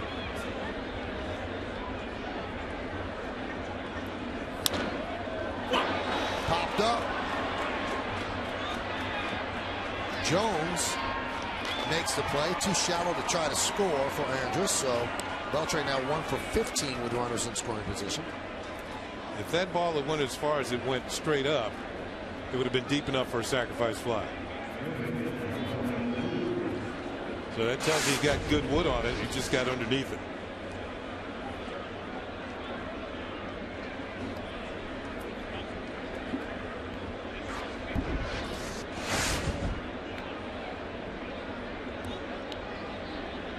Here's Nelson Cruz. He's 1 for 2.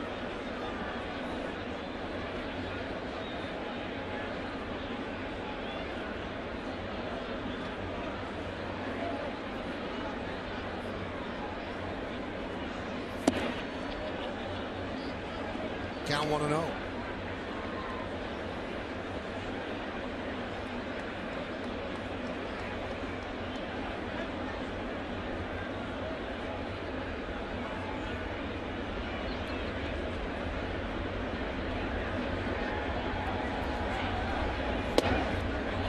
Count 2-0.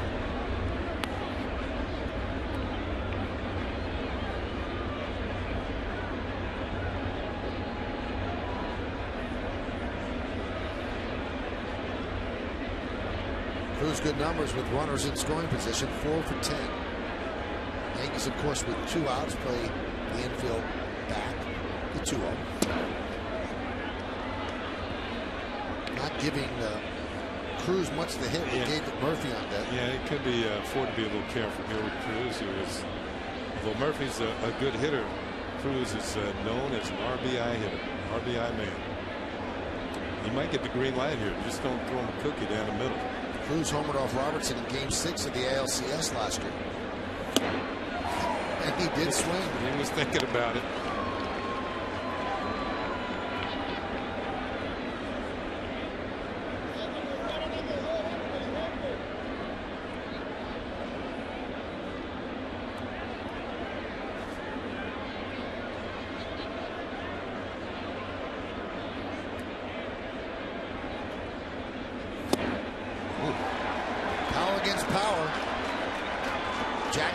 fastball at 93 there. Went from 91 to 93.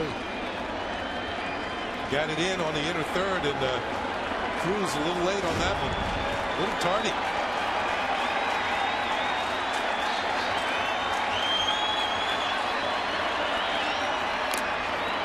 And that one's off the glove of Martin. And a run will score as Andrus slides across the plate.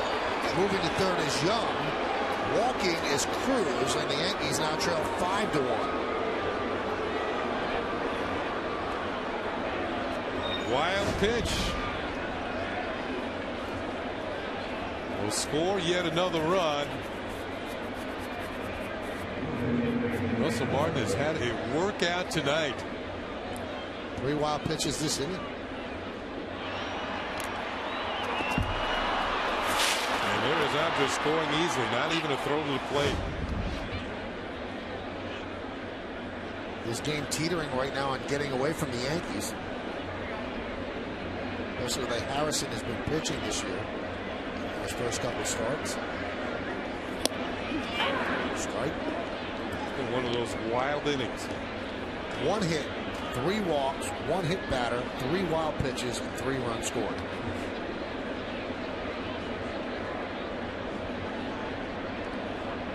This one does not go on one of those Tommy Mansky tapes. You still make those? I think the CDs now. The CDs?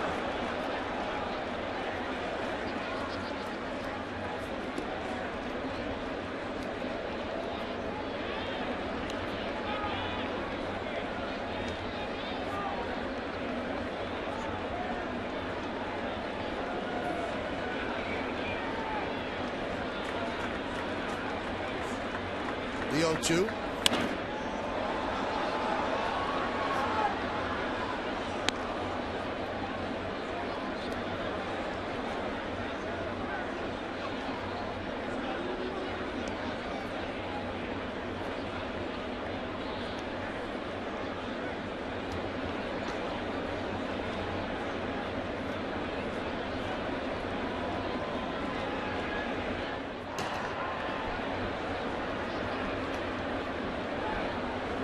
Hector Noesi warming up.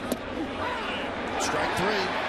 Murphy down looking. Sloppy inning though, as the Rangers get 3 runs on just 1 hit. They lead 5-1. We're halfway through.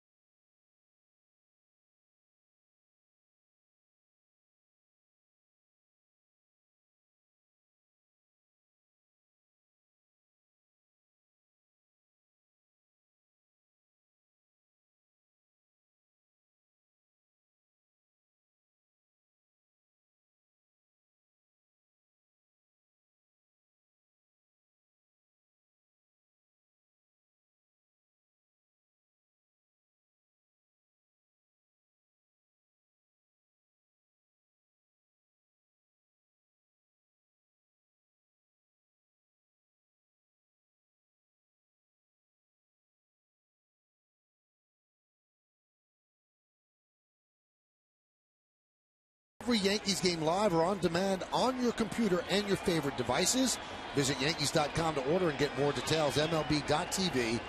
Baseball everywhere.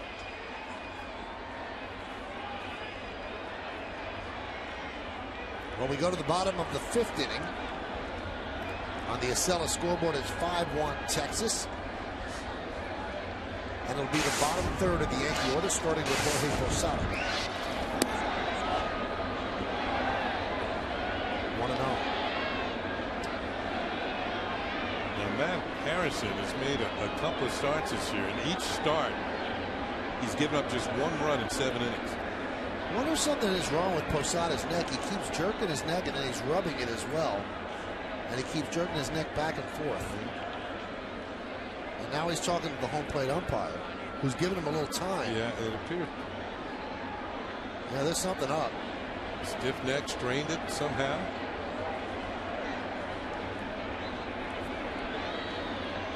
See if it affects his at bat.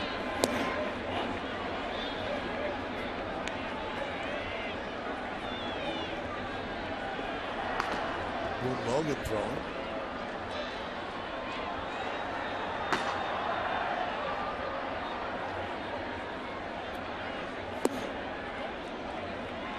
Harrison certainly not testing him. He's not giving him anything to swing at.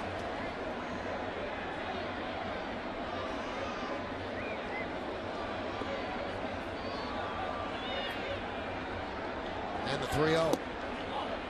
He walked him. Is that a sympathy walk? Let's see if they pinch run for Posada. Doesn't look like anybody's coming out, so they'll keep him there at first.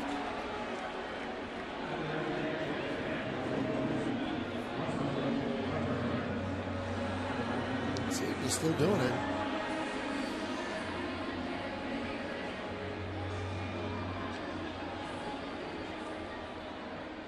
That could just be one of those 40-year-old aches. You don't get those when you're 25. I don't get those anymore either. 5 straight balls by Harrison. This chiropractic telecast is presented by authority of the New York Yankees and may not be reproduced or retransmitted in any form. And the accounts and descriptions of this game may not be disseminated without the express written consent of the New York Yankees.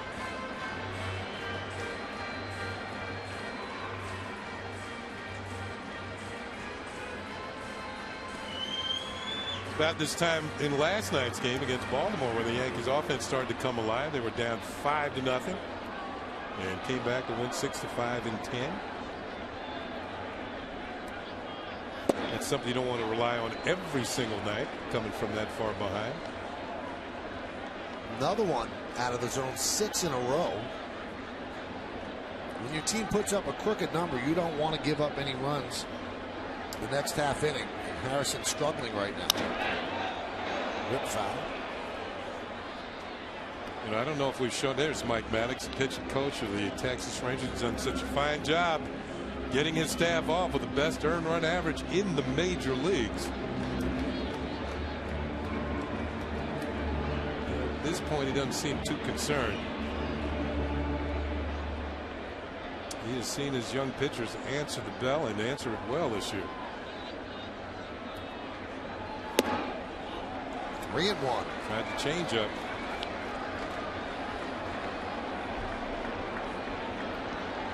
This could be one of the case of a young pitcher, Michael. We've talked about it in the past, getting to the 5th inning. This is the inning. If I can get through this inning, I can get a win.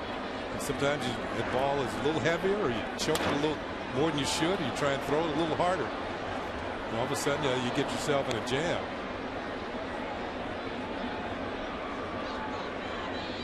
The inning of decision.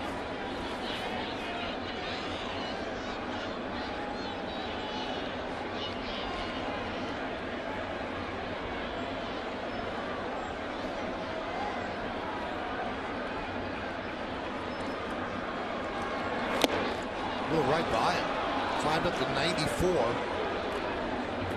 And overpowered Martin for strike 3. Yeah, that's where a changeup really helps, because all of a sudden fastball looks that much quicker. And he throws it upstairs, just blew it right on by Russell Martin. Tied him up and in with a good fastball. And that is the first, make that the second strikeout of the night for Matt Harrison. Here's Granderson, scored the Yankees' only run. He reached on an E9. A drive into right center that was dropped by Cruz. There's a strike. And then he came around to score on Nick Swisher's RBI single.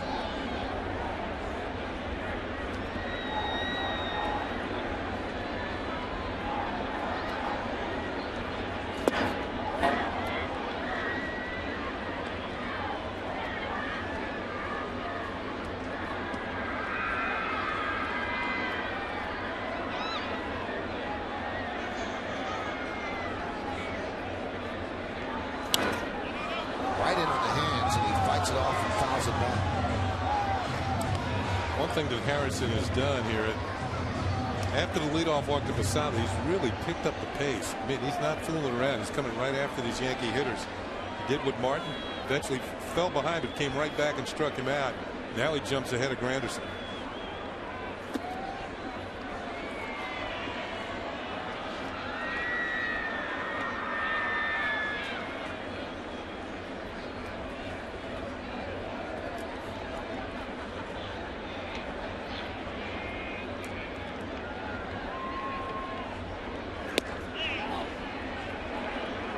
Now 2-2.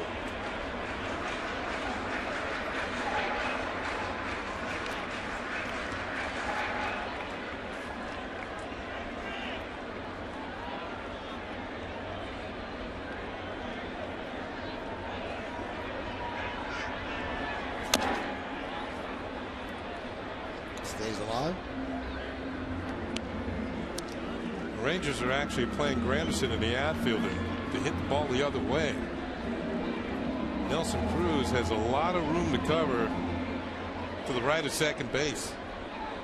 I know Bourbon is fast, but we've seen Granderson pull the ball with authority to right field against the best fastballs as a pitcher makes a mistake with it. Hot shot up the middle. Does it squeak through? No, it's grabbed by Andrus. He fires to first. Not in time. Andrus showing a lot of range, but Granderson gets the infield single.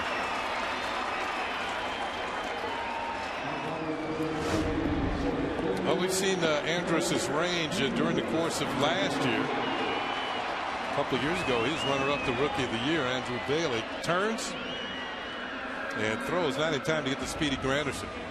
Bailey, of course, relief pitcher for the Oakland A's, a closer. He's got one of those winter hats on, Michael. It's springtime. It's not Arlington. I think that's the issue. Yeah, you're right about that. I think when Texas opened their season, it was a balmy 86 degrees in Arlington. That's a cold front for Texas. It will be when July rolls around. I'll tell you what, though, Kenny, I was in Dallas for the Super Bowl. Yeah. And you can't be colder than that. You could have been in New Hampshire. You could have been in Antarctica. Yeah, okay. And they had no idea how to deal with ice. I mean, unless it's in a drink, they have no idea how to deal with ice. They were putting dirt on it. They had no idea about salt on dirt. I'm telling you, it was an ice storm, and then the roads were covered the entire week. They never cleared them. They were waiting for spring.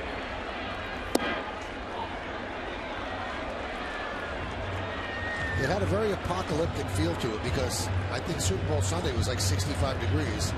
And the Monday of that week it was like -12. Where do you get temperature swings like that? Dallas, Texas. Everything's big in Dallas. The 1-0. Strike, 1-1. So the Yankees trying to mount a little bit of a rally here, get back in this. They're trailing 5-1. Yesterday they were down 5-0 and ended up winning the game 6-5. But lurking on this Ranger team is a closer who comes in and throws heat. Neftali Feliz. 1-1. Grabbed there by Harrison. Nice play. Fires high. Throw to first. Got him. Oh, what a play by Andrus. Pulling down the high throw and then getting off the throw to first to just nip Jeter. No runs a hit, no errors, and because of this double play, one man left on base. We played 5-1 Texas.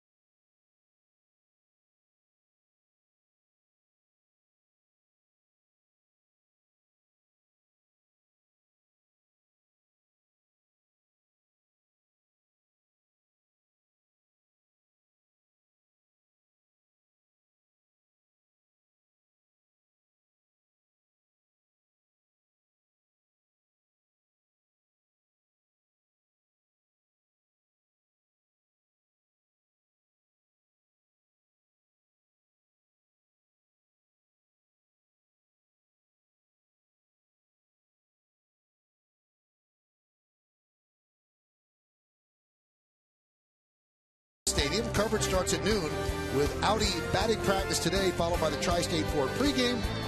Then Kenny and I are back to bring you all the action from the Bronx. Rangers Yankees tomorrow at noon, only on Yes. Well, we go to the 6th, and Kenny, I got to tell you what, that was some play by Andrus to pull down that high throw and complete the double play. Yeah, very athletic, very acrobatic. He is going to be the premier shortstop in this league, if not already, with his ability, his range, his strong throwing arm. He's going to become a better hitter. The throw from Harrison here, he almost launched it into the outfield. Up, down, and then the strong throw to complete the double play. Hat and all.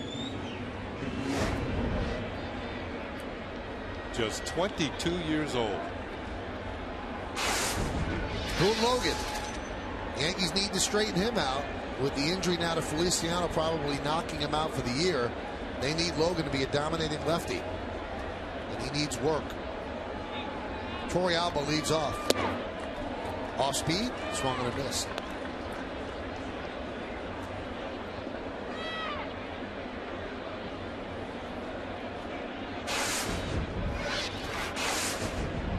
Logan's going to get a couple left-handed hitters scheduled next in the order for Texas. Got Moreland and then Bourbon, and it'll be a good test for Logan to work on his style of left-handed batters. Here's Mitch Moreland.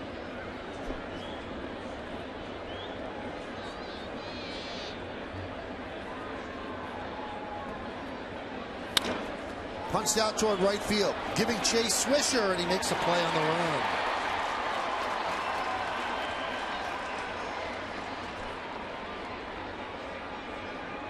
This is Logan's first outing since he pitched Sunday in Boston.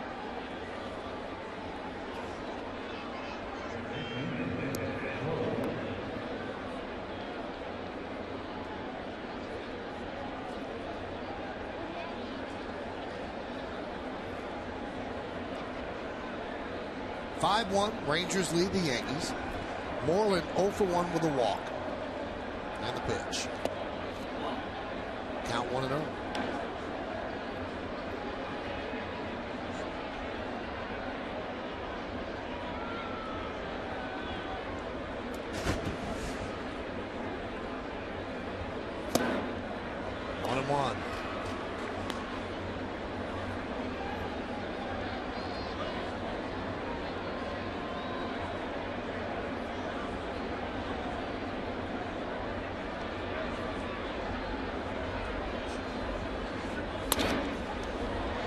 Down the right field line.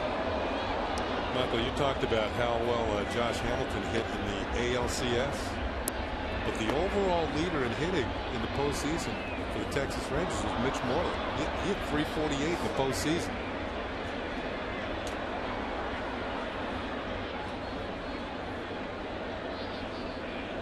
And right now he's riding a 7-game hitting streak.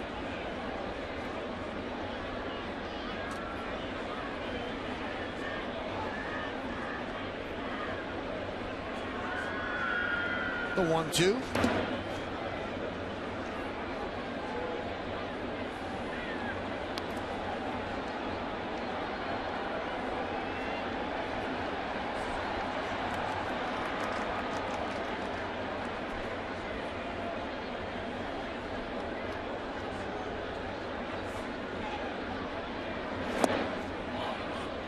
And the count 3-2. And these are the batters that Logan has to get.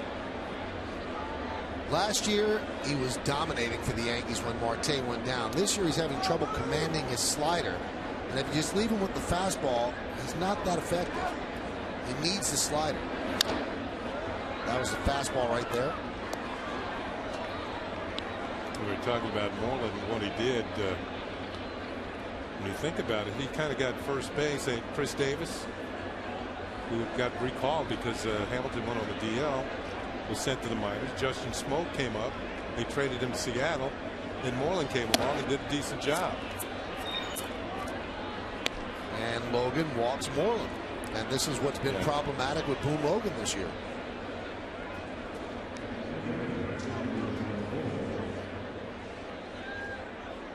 Mike Harkey writes that down, probably says not good.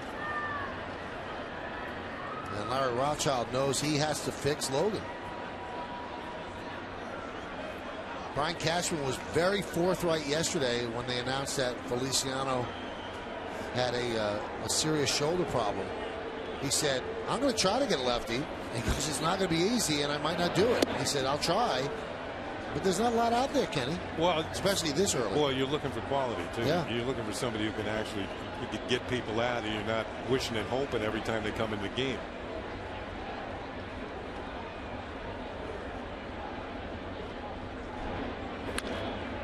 Left-handers have had 9 plate appearances against Boom Logan this year. And they've managed 3 hits and 3 walks in those 9 plate appearances. So an on-base percentage of .667. Yeah, that was not him last year. No, he was automatic almost. And I remember the game he came of age was against his former team, the White Sox, and he threw like 97 miles an hour. And there's a slider that he can't command. So you don't have to throw every slider for a strike, because sometimes the hitters will chase him, but they're not going to chase the one that's, you know, abruptly out of the strike zone.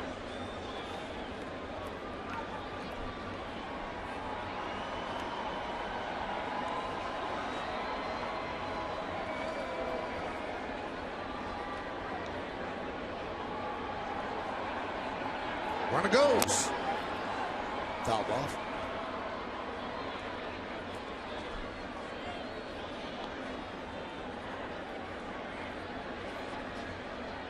Now the Yankees have a lefty in the minors that you might remember from his time with the Kansas City Royals, Andrew Sisco. And both Joe Girardi and Brian Cashman have been asked about Sisco, and his velocity is down as well. And he's not quite ready to be up here if he's throwing at that velocity. Popped up as Logan will retire the lefty Bourbon for the second out. Now, Sisco has major league experience. I believe we've seen him with Kansas City. Yeah.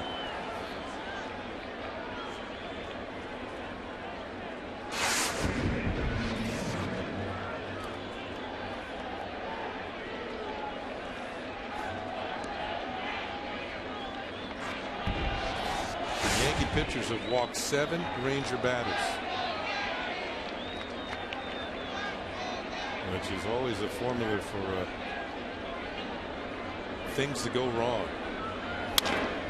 Soft ground ball up the middle. Jeter flips to Cano, and they just get the out at second base on Mitch Moreland. No runs, no hits, no errors, and 1 man left. Time now for a word from our friends at the Fox Business Network.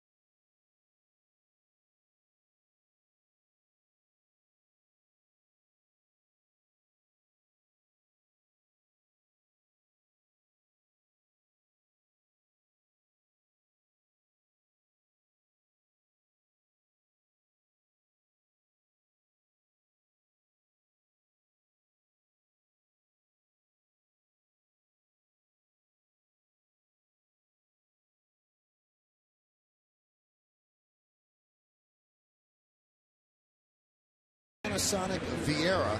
Nick Swisher's had a good night, 2 for 2, driven in the Yankees' only run. Derek Jeter's picked up a hit, and Curtis Granderson has picked up a hit. That's it. A couple of walks to Jorge Posada, also a walk to Alex Rodriguez. Well, he told you that so far this year, as Stevie Donahue, assistant head of athletic training, talking with Joe Girardi. And I wonder if it has something to do with Jorge Posada, maybe. Well, Jorge's up later on. A couple guys have to get on before we see if they actually sent him out. Newest Yankee, Lance Pendleton, is warming. He came up to replace Phil Hughes on the 25-man roster.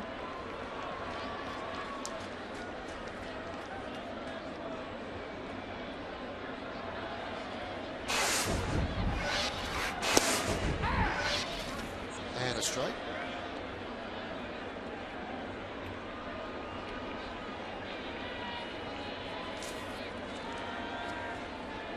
Look out. Oof. Bad memories. Jackknife switch gets out of the way.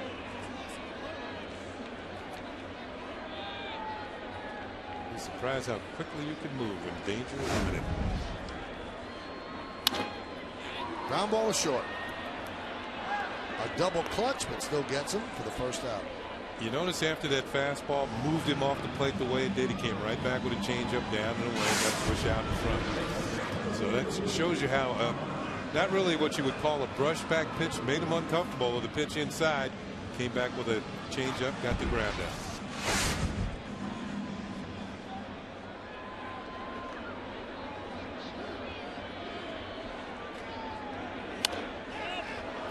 High pop-up. And Torrealba makes the play for the second out. Both outs on changeups.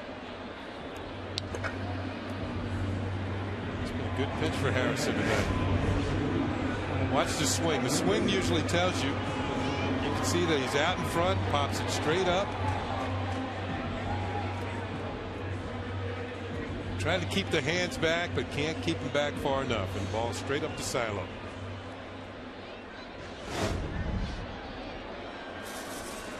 Earlier in the game, Harrison got A-Rod to ground into a double play on a changeup.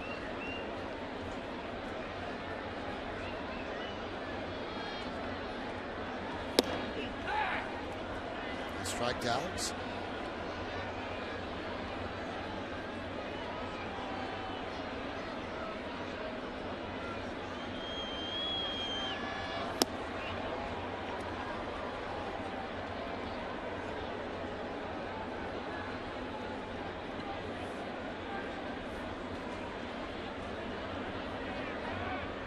Alex is wrapped into a double play and walked.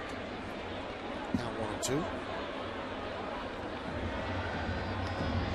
Alex with a 4-game hitting streak coming in. We're talking about all-time lists. 4 more to tie Carl Yastrzemski.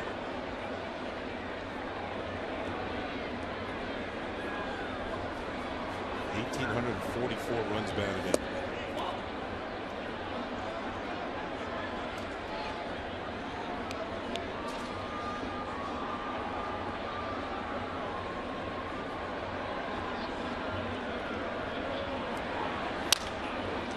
Soft ground ball up the middle. Kinsler is there. And a 1-2-3 inning for Matt Harrison against the Yankees. Let's go to the 7th here at the stadium. And the Rangers lead 5-1.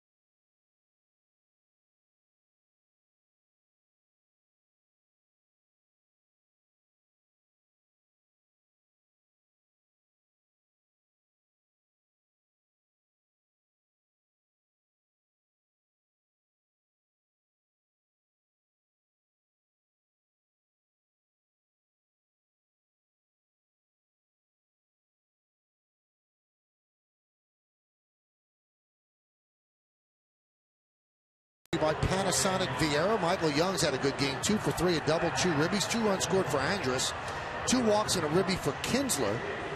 A lot of production there, counting for 5 runs. Some sloppiness by the Yankees, and you see the bottom of the order, the walk, the 2 walks, the run, the hit by pitch, and that was the 3-run 5th inning that kind of broke it open to this point. Yeah, it doesn't even show the wild pitches on there, and that's helped move the runners along. Well, we get to see a major league debut right now. Lance Pendleton, 27 years old. He's been in the Yankee minor league system since 2005, and that's what he did so far this year at Scranton Wilkes-Barre. Interesting story. When a team doesn't put you on the 40-man roster, after 6 years you get to be in the Rule 5 draft, and the team has to take you. And if they keep you, they can obviously keep you. If not, they offer you back to the team because they can't just send you down to the minor leagues. Pendleton was thrilled during the winter. His hometown Houston Astros took him. And in spring training, though, it wasn't good. 7 2/3 innings, 9 hits, and 8 walks, and they returned him to the New York Yankees. And here he is now in the big leagues, and that's his first big league pitch. Cadillac scoreboard, 5-4 Texas over the 5-1 Texas over the Yankees. You know, but sometimes when you get returned, that tells the team that you're returned to, somebody else likes you. There must be a reason why some of their scouts must have liked you. So maybe it opens the original team's eyes a little bit more. Well, here he is in the big leagues. Fastball, curve, slider, has a change, all your standard pitches, and nothing that jumps out at you, nothing of a high quality that would rocket you to the big leagues. And here he is at 27, first time he's up here.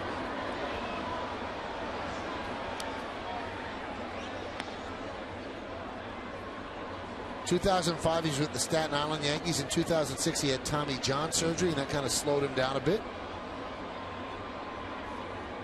His heart must be beating a mile a minute right now. The 2-2. Nice way to start your big league career.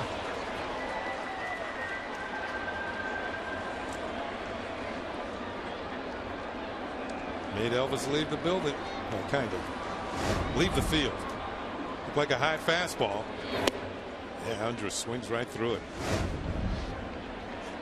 And they're going to save the ball for him. Roll it over to the dugout. So have a nice souvenir. The first major league hitter he faced, he strikes out.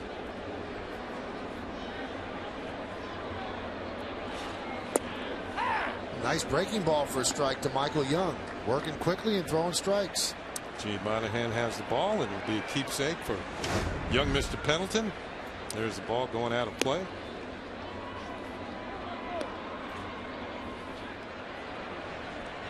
Gene's been doing that since 1973 when he became the Yankee trainer. He marks up the baseball, and his writing is on a lot of mantles around this country. Check swing, did he go? Yes, he did. You think about all the milestones you saw across the street at the old Yankee Stadium and now here at the new Yankee Stadium, and how many of those have Gene's handwriting on those baseballs?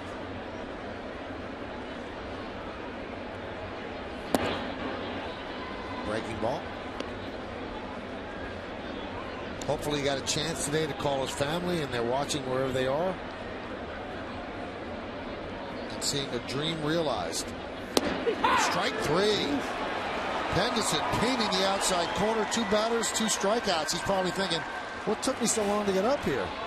Well, he just struck out a hitter that gone 2 for 3 tonight and driven in a run, and one of the best hitters in the game.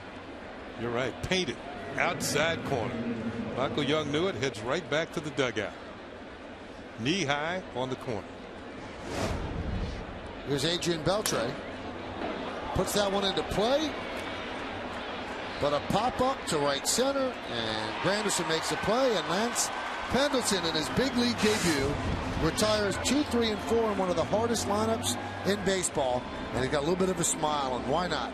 Through 6.5 time for the 7th inning stretch. Rangers lead the Yankees 5-1, but let's stay right here to honor America in the Bronx. Serving our country at home and around the globe. Thank you. Now join in Kate Smith's rendition of God Bless America. God bless America, land of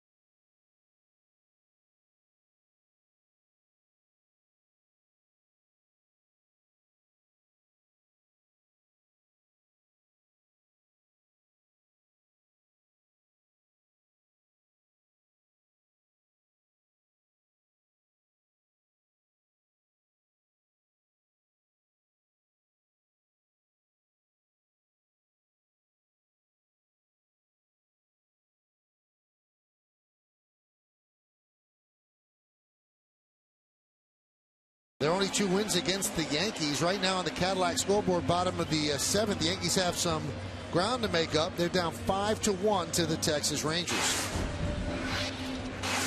That must have been a fun inning for Mr. Pendleton. Wow. You think back to probably been pitching since Little League, maybe before that. Waiting for this moment. And it becomes magical with 2 strikeouts and a flyout, and relatively easy 1, 2, 3 inning. Pitch to Cano. There's a strike.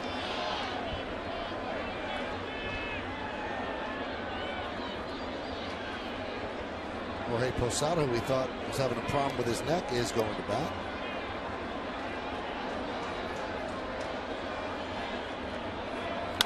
Hot shot, base hit. Bourbon gets the ball in quickly, and Cano leads up to 7th with a single.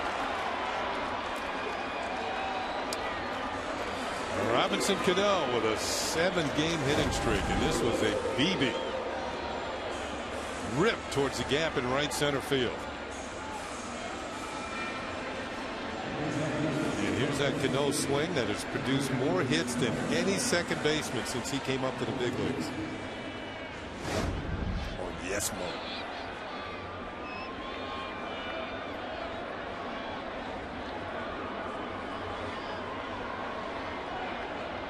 Here's Andrew Jones, 0 for 2, lined out to second and fouled out to first.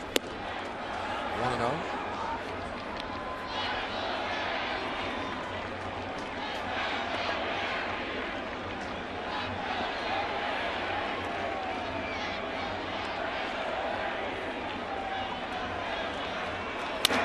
Grounded right back to Harrison. Will it be another double play? Yes, it will.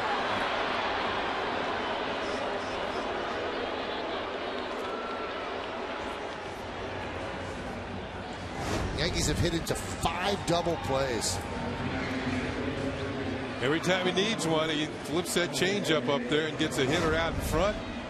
He gets a ground ball.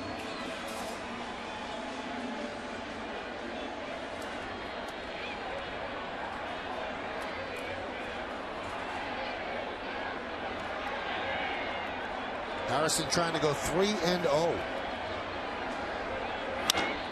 Posada lost one deep to right center field. Cruz catches this one for the final out of the 7th inning. No runs, a hit, no errors, and because of the double play, nobody left. We go to the 8th. It's 5-1 Rangers.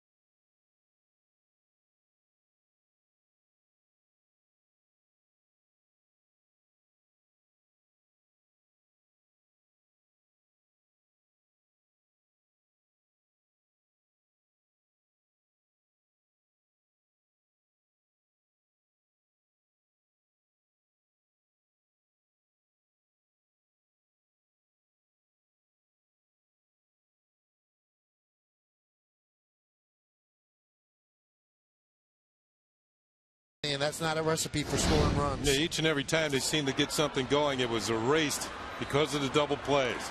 A-Rod hits into one. 5 times. Yankee rallies are squelched. Jeter with a rocket. Nice play by Andrus in the middle. And once again, Andrew Jones. Andrus in the middle once again, a double play. 5 times. Double plays. Yankees have only had 3 fly ball outs. Strange stats. 5 double plays, 3 wild pitches all in 1 inning. Yeah. And 7 walks allowed. Not a clean game. Pendleton deals to Cruz, and a swing and a miss.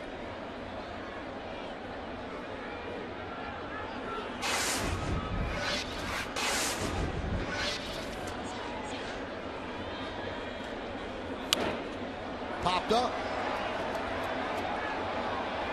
Russell Martin makes the play.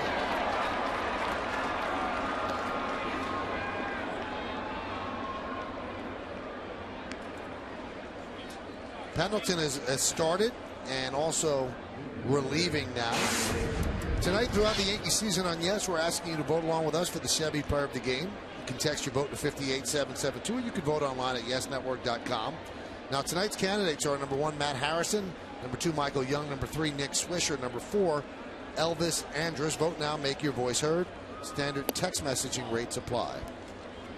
David Murphy takes pitch low.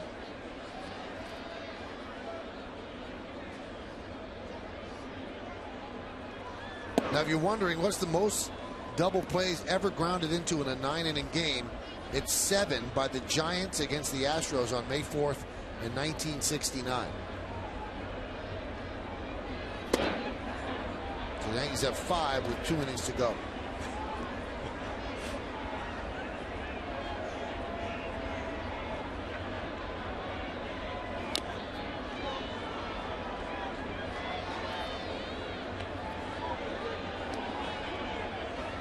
Last inning, when the leadoff man got on for the Yankees, I thought the Rangers bullpen was moving around a bit, but maybe they're just doing it to get things circulating out there. A little chilly, but still nobody warming up, so it appears that Mr. Harrison's going to stay in this ball game.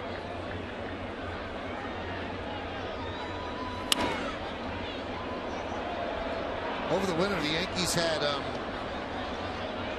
2 players taken in the Rule 5 draft, and both players were returned. One was Pendleton, the other one was right-hander George Contos, also put into the Scranton Wilkes-Barre bullpen.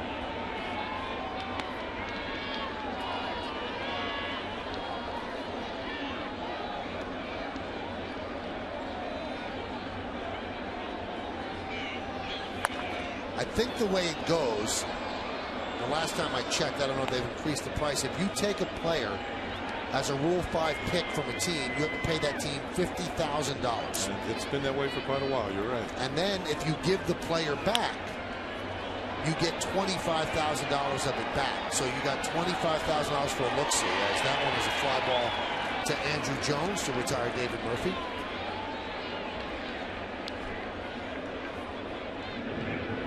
Yeah, but if you like the player and you keep him, he has to stay on the roster the whole year. Yes. If you try to send him to the minors, you have to offer him back to the team. I'm trying to think of a Rule 5 player that really paid off. I believe one of the best ever was George Bell. George Bell, yeah. Blue Jays. Yeah. They got him from the Phillies, and he eventually became an MVP of the Toronto Blue Jays in 1987. But before it was actually called the Rule 5 draft, I think, if I'm not mistaken, the Pittsburgh Pirates selected Roberto Clemente from the Dodgers. And it wasn't called Rule 5 in those days. And he, of course, went on to become one of the best ball players in history. Well, Pendleton looks like he's going to retire his first 6 major league hitters as Torrey Alba grounds to short. So again, the Rangers go down 1-2-3, and we go to the bottom of the 8th, 5-1 Texas.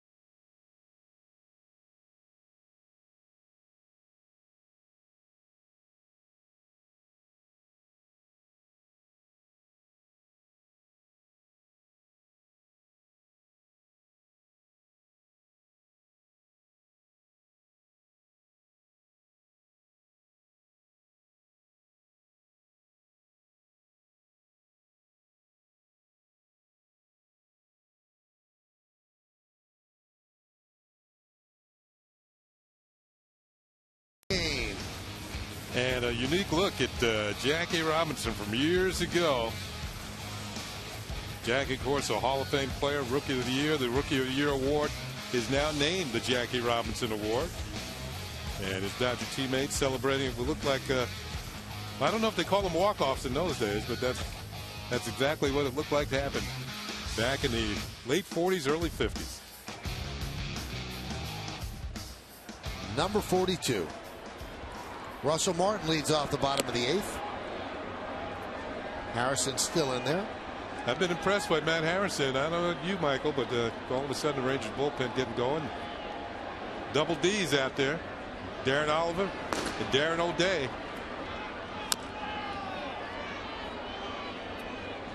Two more successful Rule 5 draft picks came up with. Johan Santana. Oh, yeah.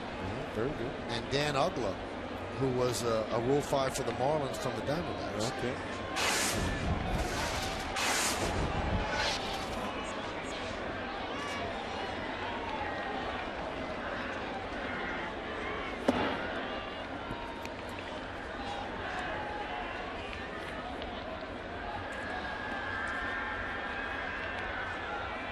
Count 1-2. Yankees running out of time. They're down 5-1, bottom of the 8th inning.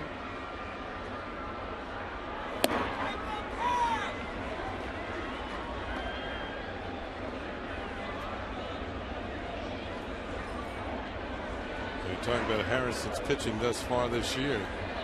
The run he's given up tonight is an unearned run as a result of an error in right field. Look at the economy of some of the innings with single-digit pitch counts in a lot of those innings.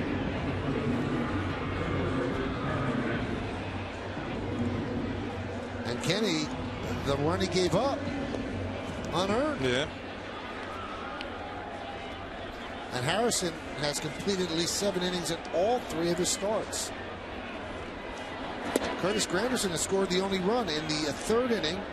He had a deep drive to right center. It was run down by Nelson Cruz, and it hit off the heel of his glove and dropped to the grass. And Granderson was on second. They did not give a double, E9, and then he scored a batter later. Nick Swisher's single up the middle, and that's it. That's the scoring in this game. Harrison with his effort tonight. You mentioned the unearned run. Now his ERA for the season is 0.84. So he has been dealing.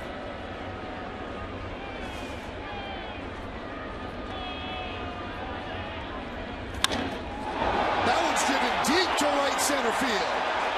There it goes. See ya! A long home run off the bat of Granderson. And it's 5-2 Rangers.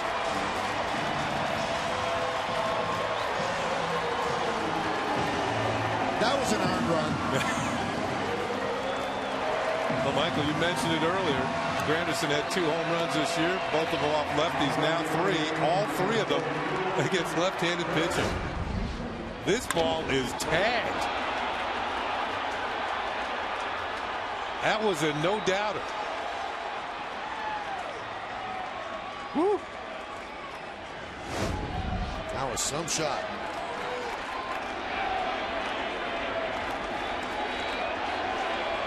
There's Derek Jeter. Off speed, pitch outside. Let's take a look at the Coors Light cold hard blast. Deep into the night here in the Bronx. The Yankees have actually out-hit the Rangers 6-4 in this game.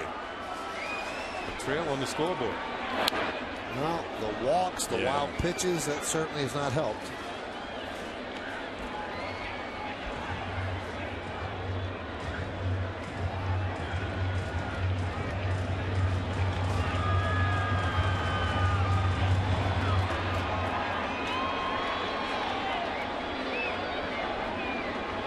Harrison deals the 1-1. Ground ball right side. Knocked down by Kinsler. And Jeter gets an infield hit. So the Yankees showing signs of life. Jeter, his 2nd hit of the night. Kinsler with the all-out dive knocks it down, and I thought he might have been better off holding on to the ball because he might have thrown it away. Being aggressive. Jeter has an infield hit, second of the night. Yankees need one more base runner here to make things interesting. Well, Nick Swisher's been red hot from the right side. Today he has 2 hits and 3 at-bats. They have a right-hander up in the bullpen, which would turn Nick around to the left side, but you're also turning him around to the shorter side of the ballpark, so a couple of things to consider. Swisher's had 13 at-bats this year from the right-hand side of the plate. He's got the hits now. He's got 7 hits, 7 for 13. Against righties this year, Swisher is 3 for 28.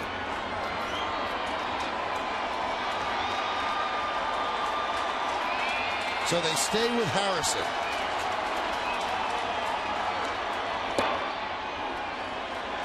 Count 1-0. You know, Michael, I think what we're looking at here with you got a lefty and a righty in the bullpen.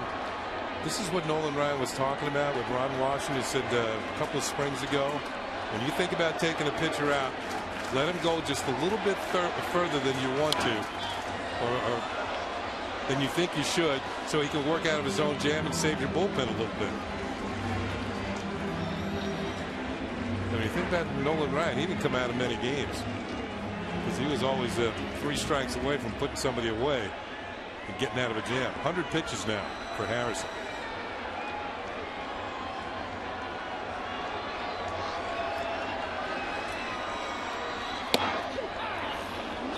Sneaks a fastball by him there.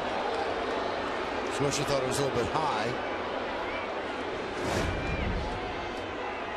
We get the benefit of a second look, and it was definitely borderline.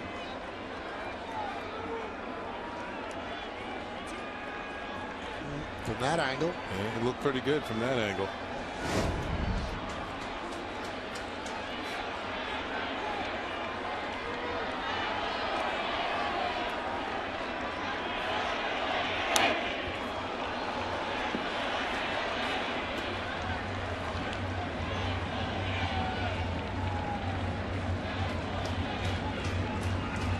Yankees trying to mount their second straight comeback. Harrison's first 2 starts, he's thrown 108 pitches, and in the second start he threw 109.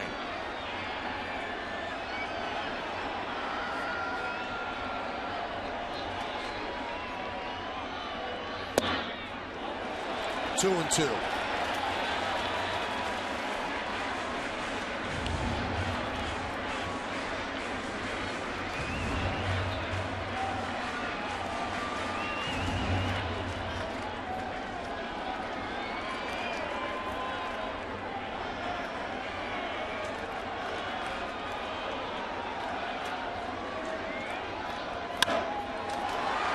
This could be another double play. It is 6 double plays, and that ties the American League record for most in a 9-inning game. Wow. 4-6-3. Kinsler to Andrus to Moreland. Twin killing indeed.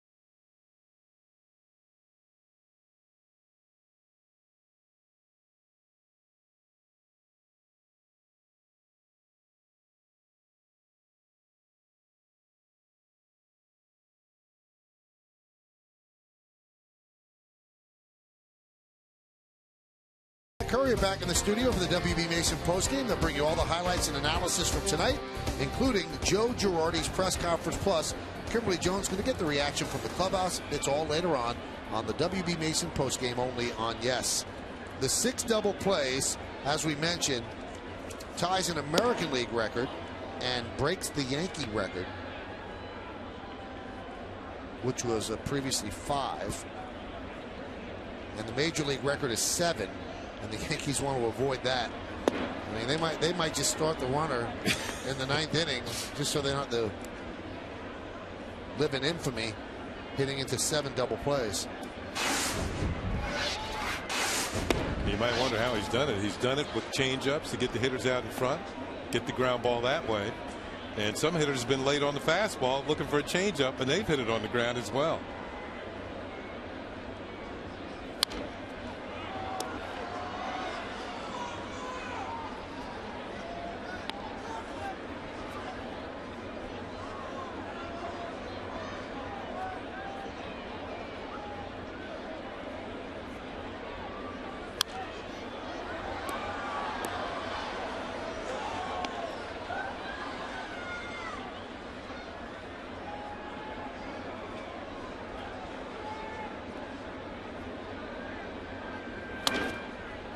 Grounded foul.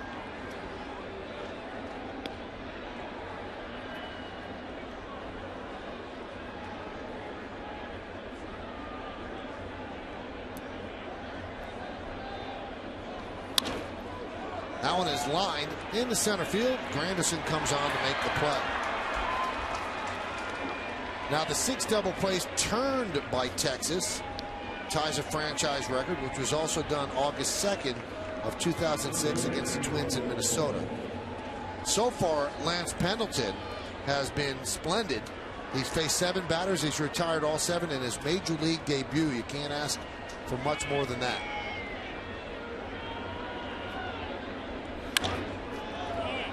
And now it's going to be 8 in a row as Bourbon flies out to Granderson. Bourbon's made that a habit tonight. 3rd time he's flown out to Granderson. The other time he was hit by a pitch and scored. How about waiting since 2005 to have this moment? And as Kenny mentioned, probably dreaming of this moment since he was a little kid in Little League. And he gets on the mound in Yankee Stadium in front of 40,814 people against the American League East champs, and he's dealing. And he deals a strike to Ian Kinsler. A nice little slider right there. Fastball is pecking at 90. Another breaking ball. Done a good job of keeping the ball out of the middle of the plate for the most part.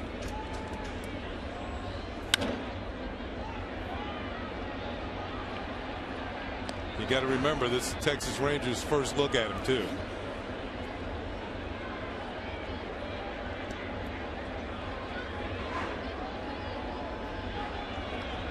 And the 1-2 pitch.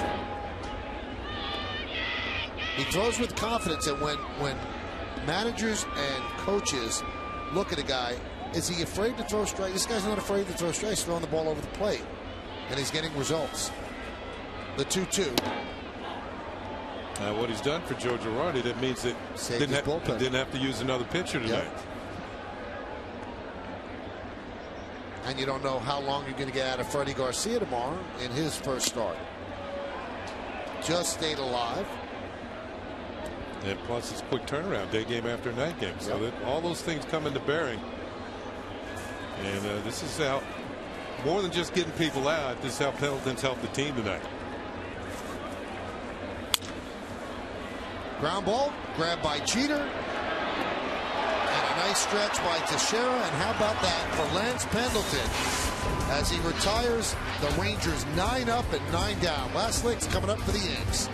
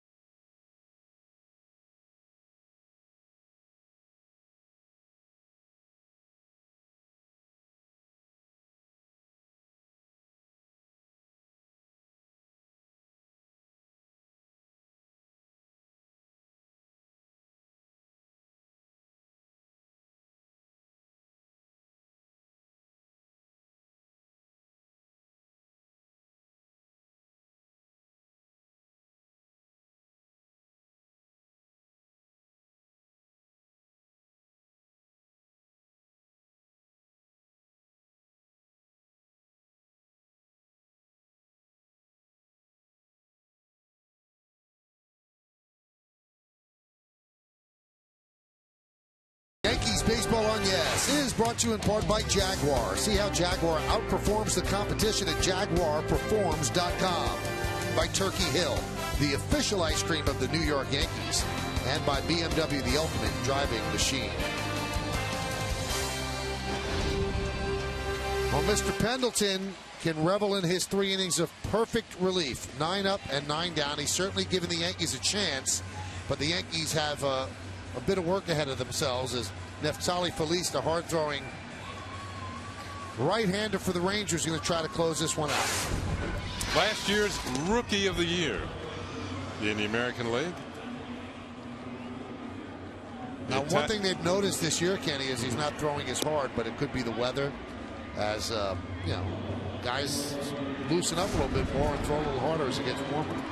Well, his fastball has been clocked at about 100 miles an hour from time to time. He had 40 out of 43 save opportunities last year. That earned him the Rookie of the Year award. Hey, did you see that Aroldis Chapman, who threw 105 last year, is mysteriously throwing 91 now? Cincinnati Reds, Cuban emigre, and they signed him and he just burst upon the scenes last year. Is that his changeup? That's it. He's rearing back and throwing 91. Yeah. If you joined us late, there's Phil Hughes put on the DL today with a dead arm, trying to find some lost velocity. And we'll see if the Yankees can get to Neftali Feliz. Matt Harrison won 8 innings. It'll be 3, 4, and 5 in the Yankee order. And the pitch to Teixeira is a strike. 95 miles an hour. Not too bad. No. You can get by with that.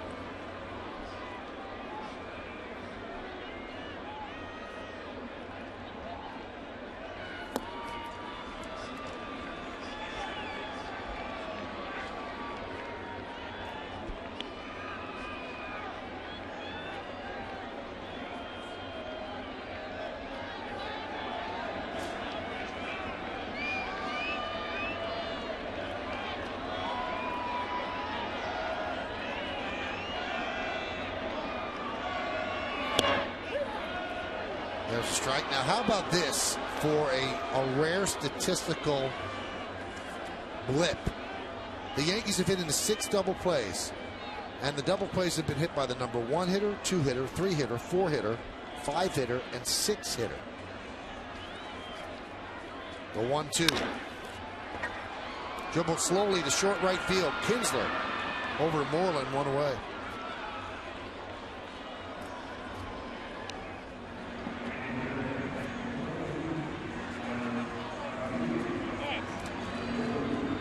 Here's Alex Rodriguez. Here's the matchup that ended the ALCS. With Alex looking at a called 3rd strike. And the Rangers on their way to their first ever World Series.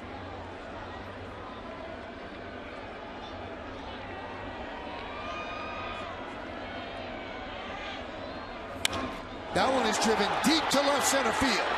Giving chase is Bourbon looking up, and it's off the wall. Alex Rodriguez will get a double.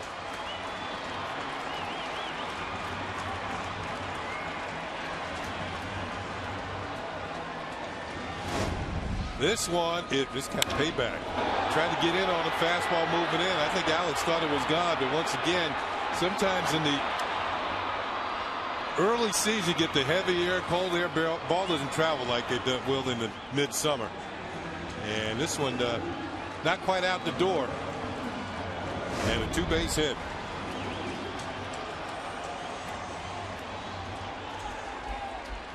He continues his hot hitting. So 1 for 3 with a walk today. He's 9 for his last 16. Here's Cano. Kenny mentioned earlier, the Yankees have out-hit the Rangers. They've doubled the hit output, 8-4, but they're trailing 5-2.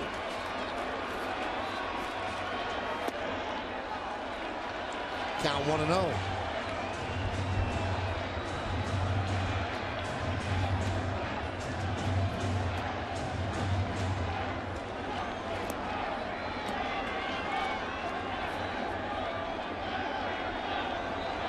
If you're going to give up 8 hits and only give up 2 runs, that's where the double plays come into play.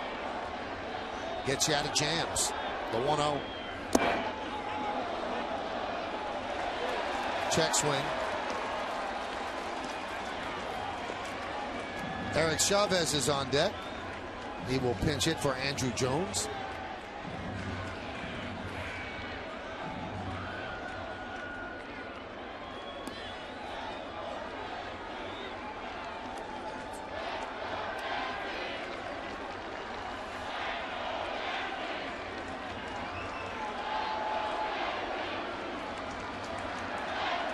The 2-0.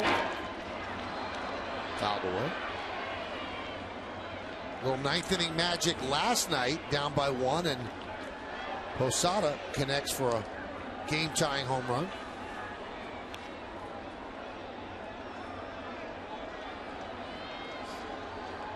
And Posada waiting a couple of batters from now.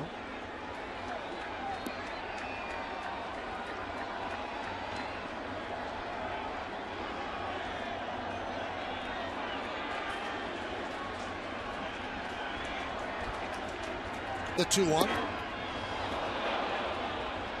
Throwing a steady 95 stream of milk, and the count 2-2.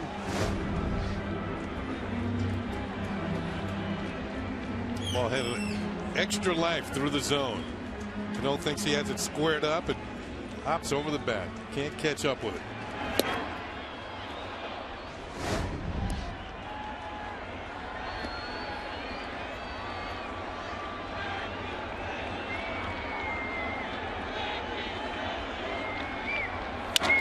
Soft ground ball to third.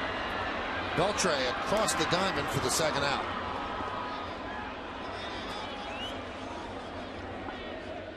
And that'll bring up Chavez, pinch hitting for Jones. And there's a lot of feeling between Chavez and the manager of the Texas Rangers.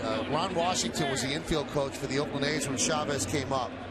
And he showed Chavez a scouting report that said, this is what they say you can't do well.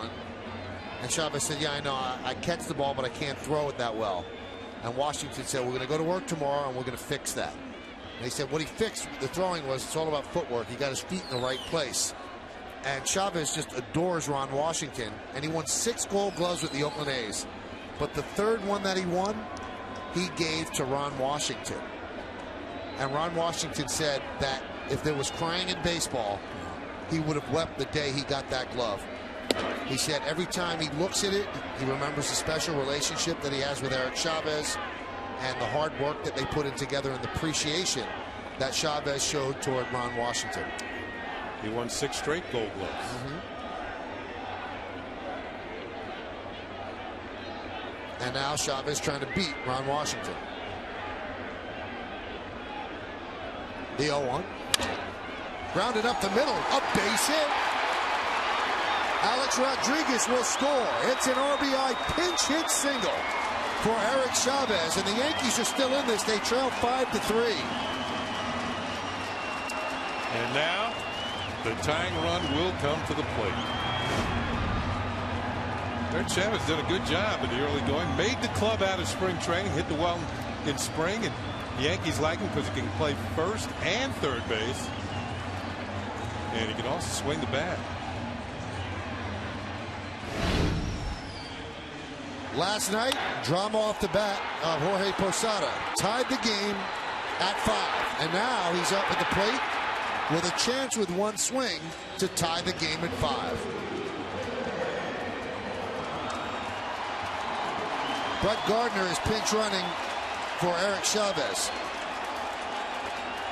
But that run at first doesn't mean anything. Obviously, they want him to get to second in case of a force. And he's going to go into play left field if the game's tied anyway. Chavez so far in limited duty, which is what he's going to have with the Yankees, is 5 for 10 so far this year. Some punch off the bench, though. So they're going to play behind Gardner. They'll give him second. And he's going to take it. And he goes to second on defensive indifference.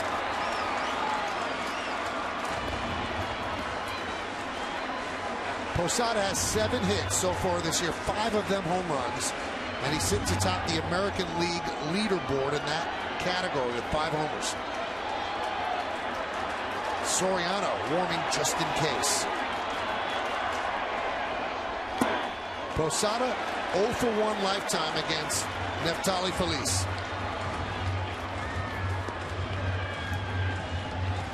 Well, one characteristic we've seen from this Yankee team early, they don't roll over. They don't quit. They keep battling. Gritty, gutty. No deficit too much. No game too late. And here they are bringing the tying run to the plate in a game that they never really seemed like they were in.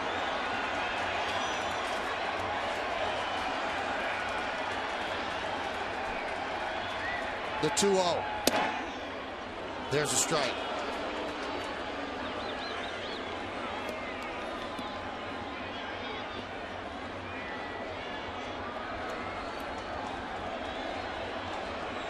Gardner at second, 2 men out. Ranger closer trying to do just that to the game. And now it's 3-1. And on deck, Russell Martin.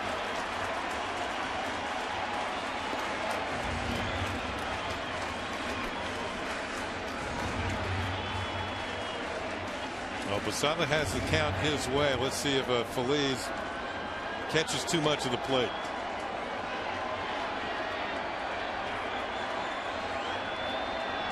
The pitch. He threw him a breaking ball low, and now the tying runs are on base for Russell Martin. And Matt Harrison sweating through this one. Well, Posada's reputation precedes him. Going to a breaking ball, 3-1, and missed low. Posada wouldn't bite. Eduardo Nunez is going to pinch run for Posada. That run at first counts. Now, if you look at the Ranger outfielders, they are practically standing on the grand concourse. They don't want anything over their head. An extra base hit with Nunez on first would probably tie the game.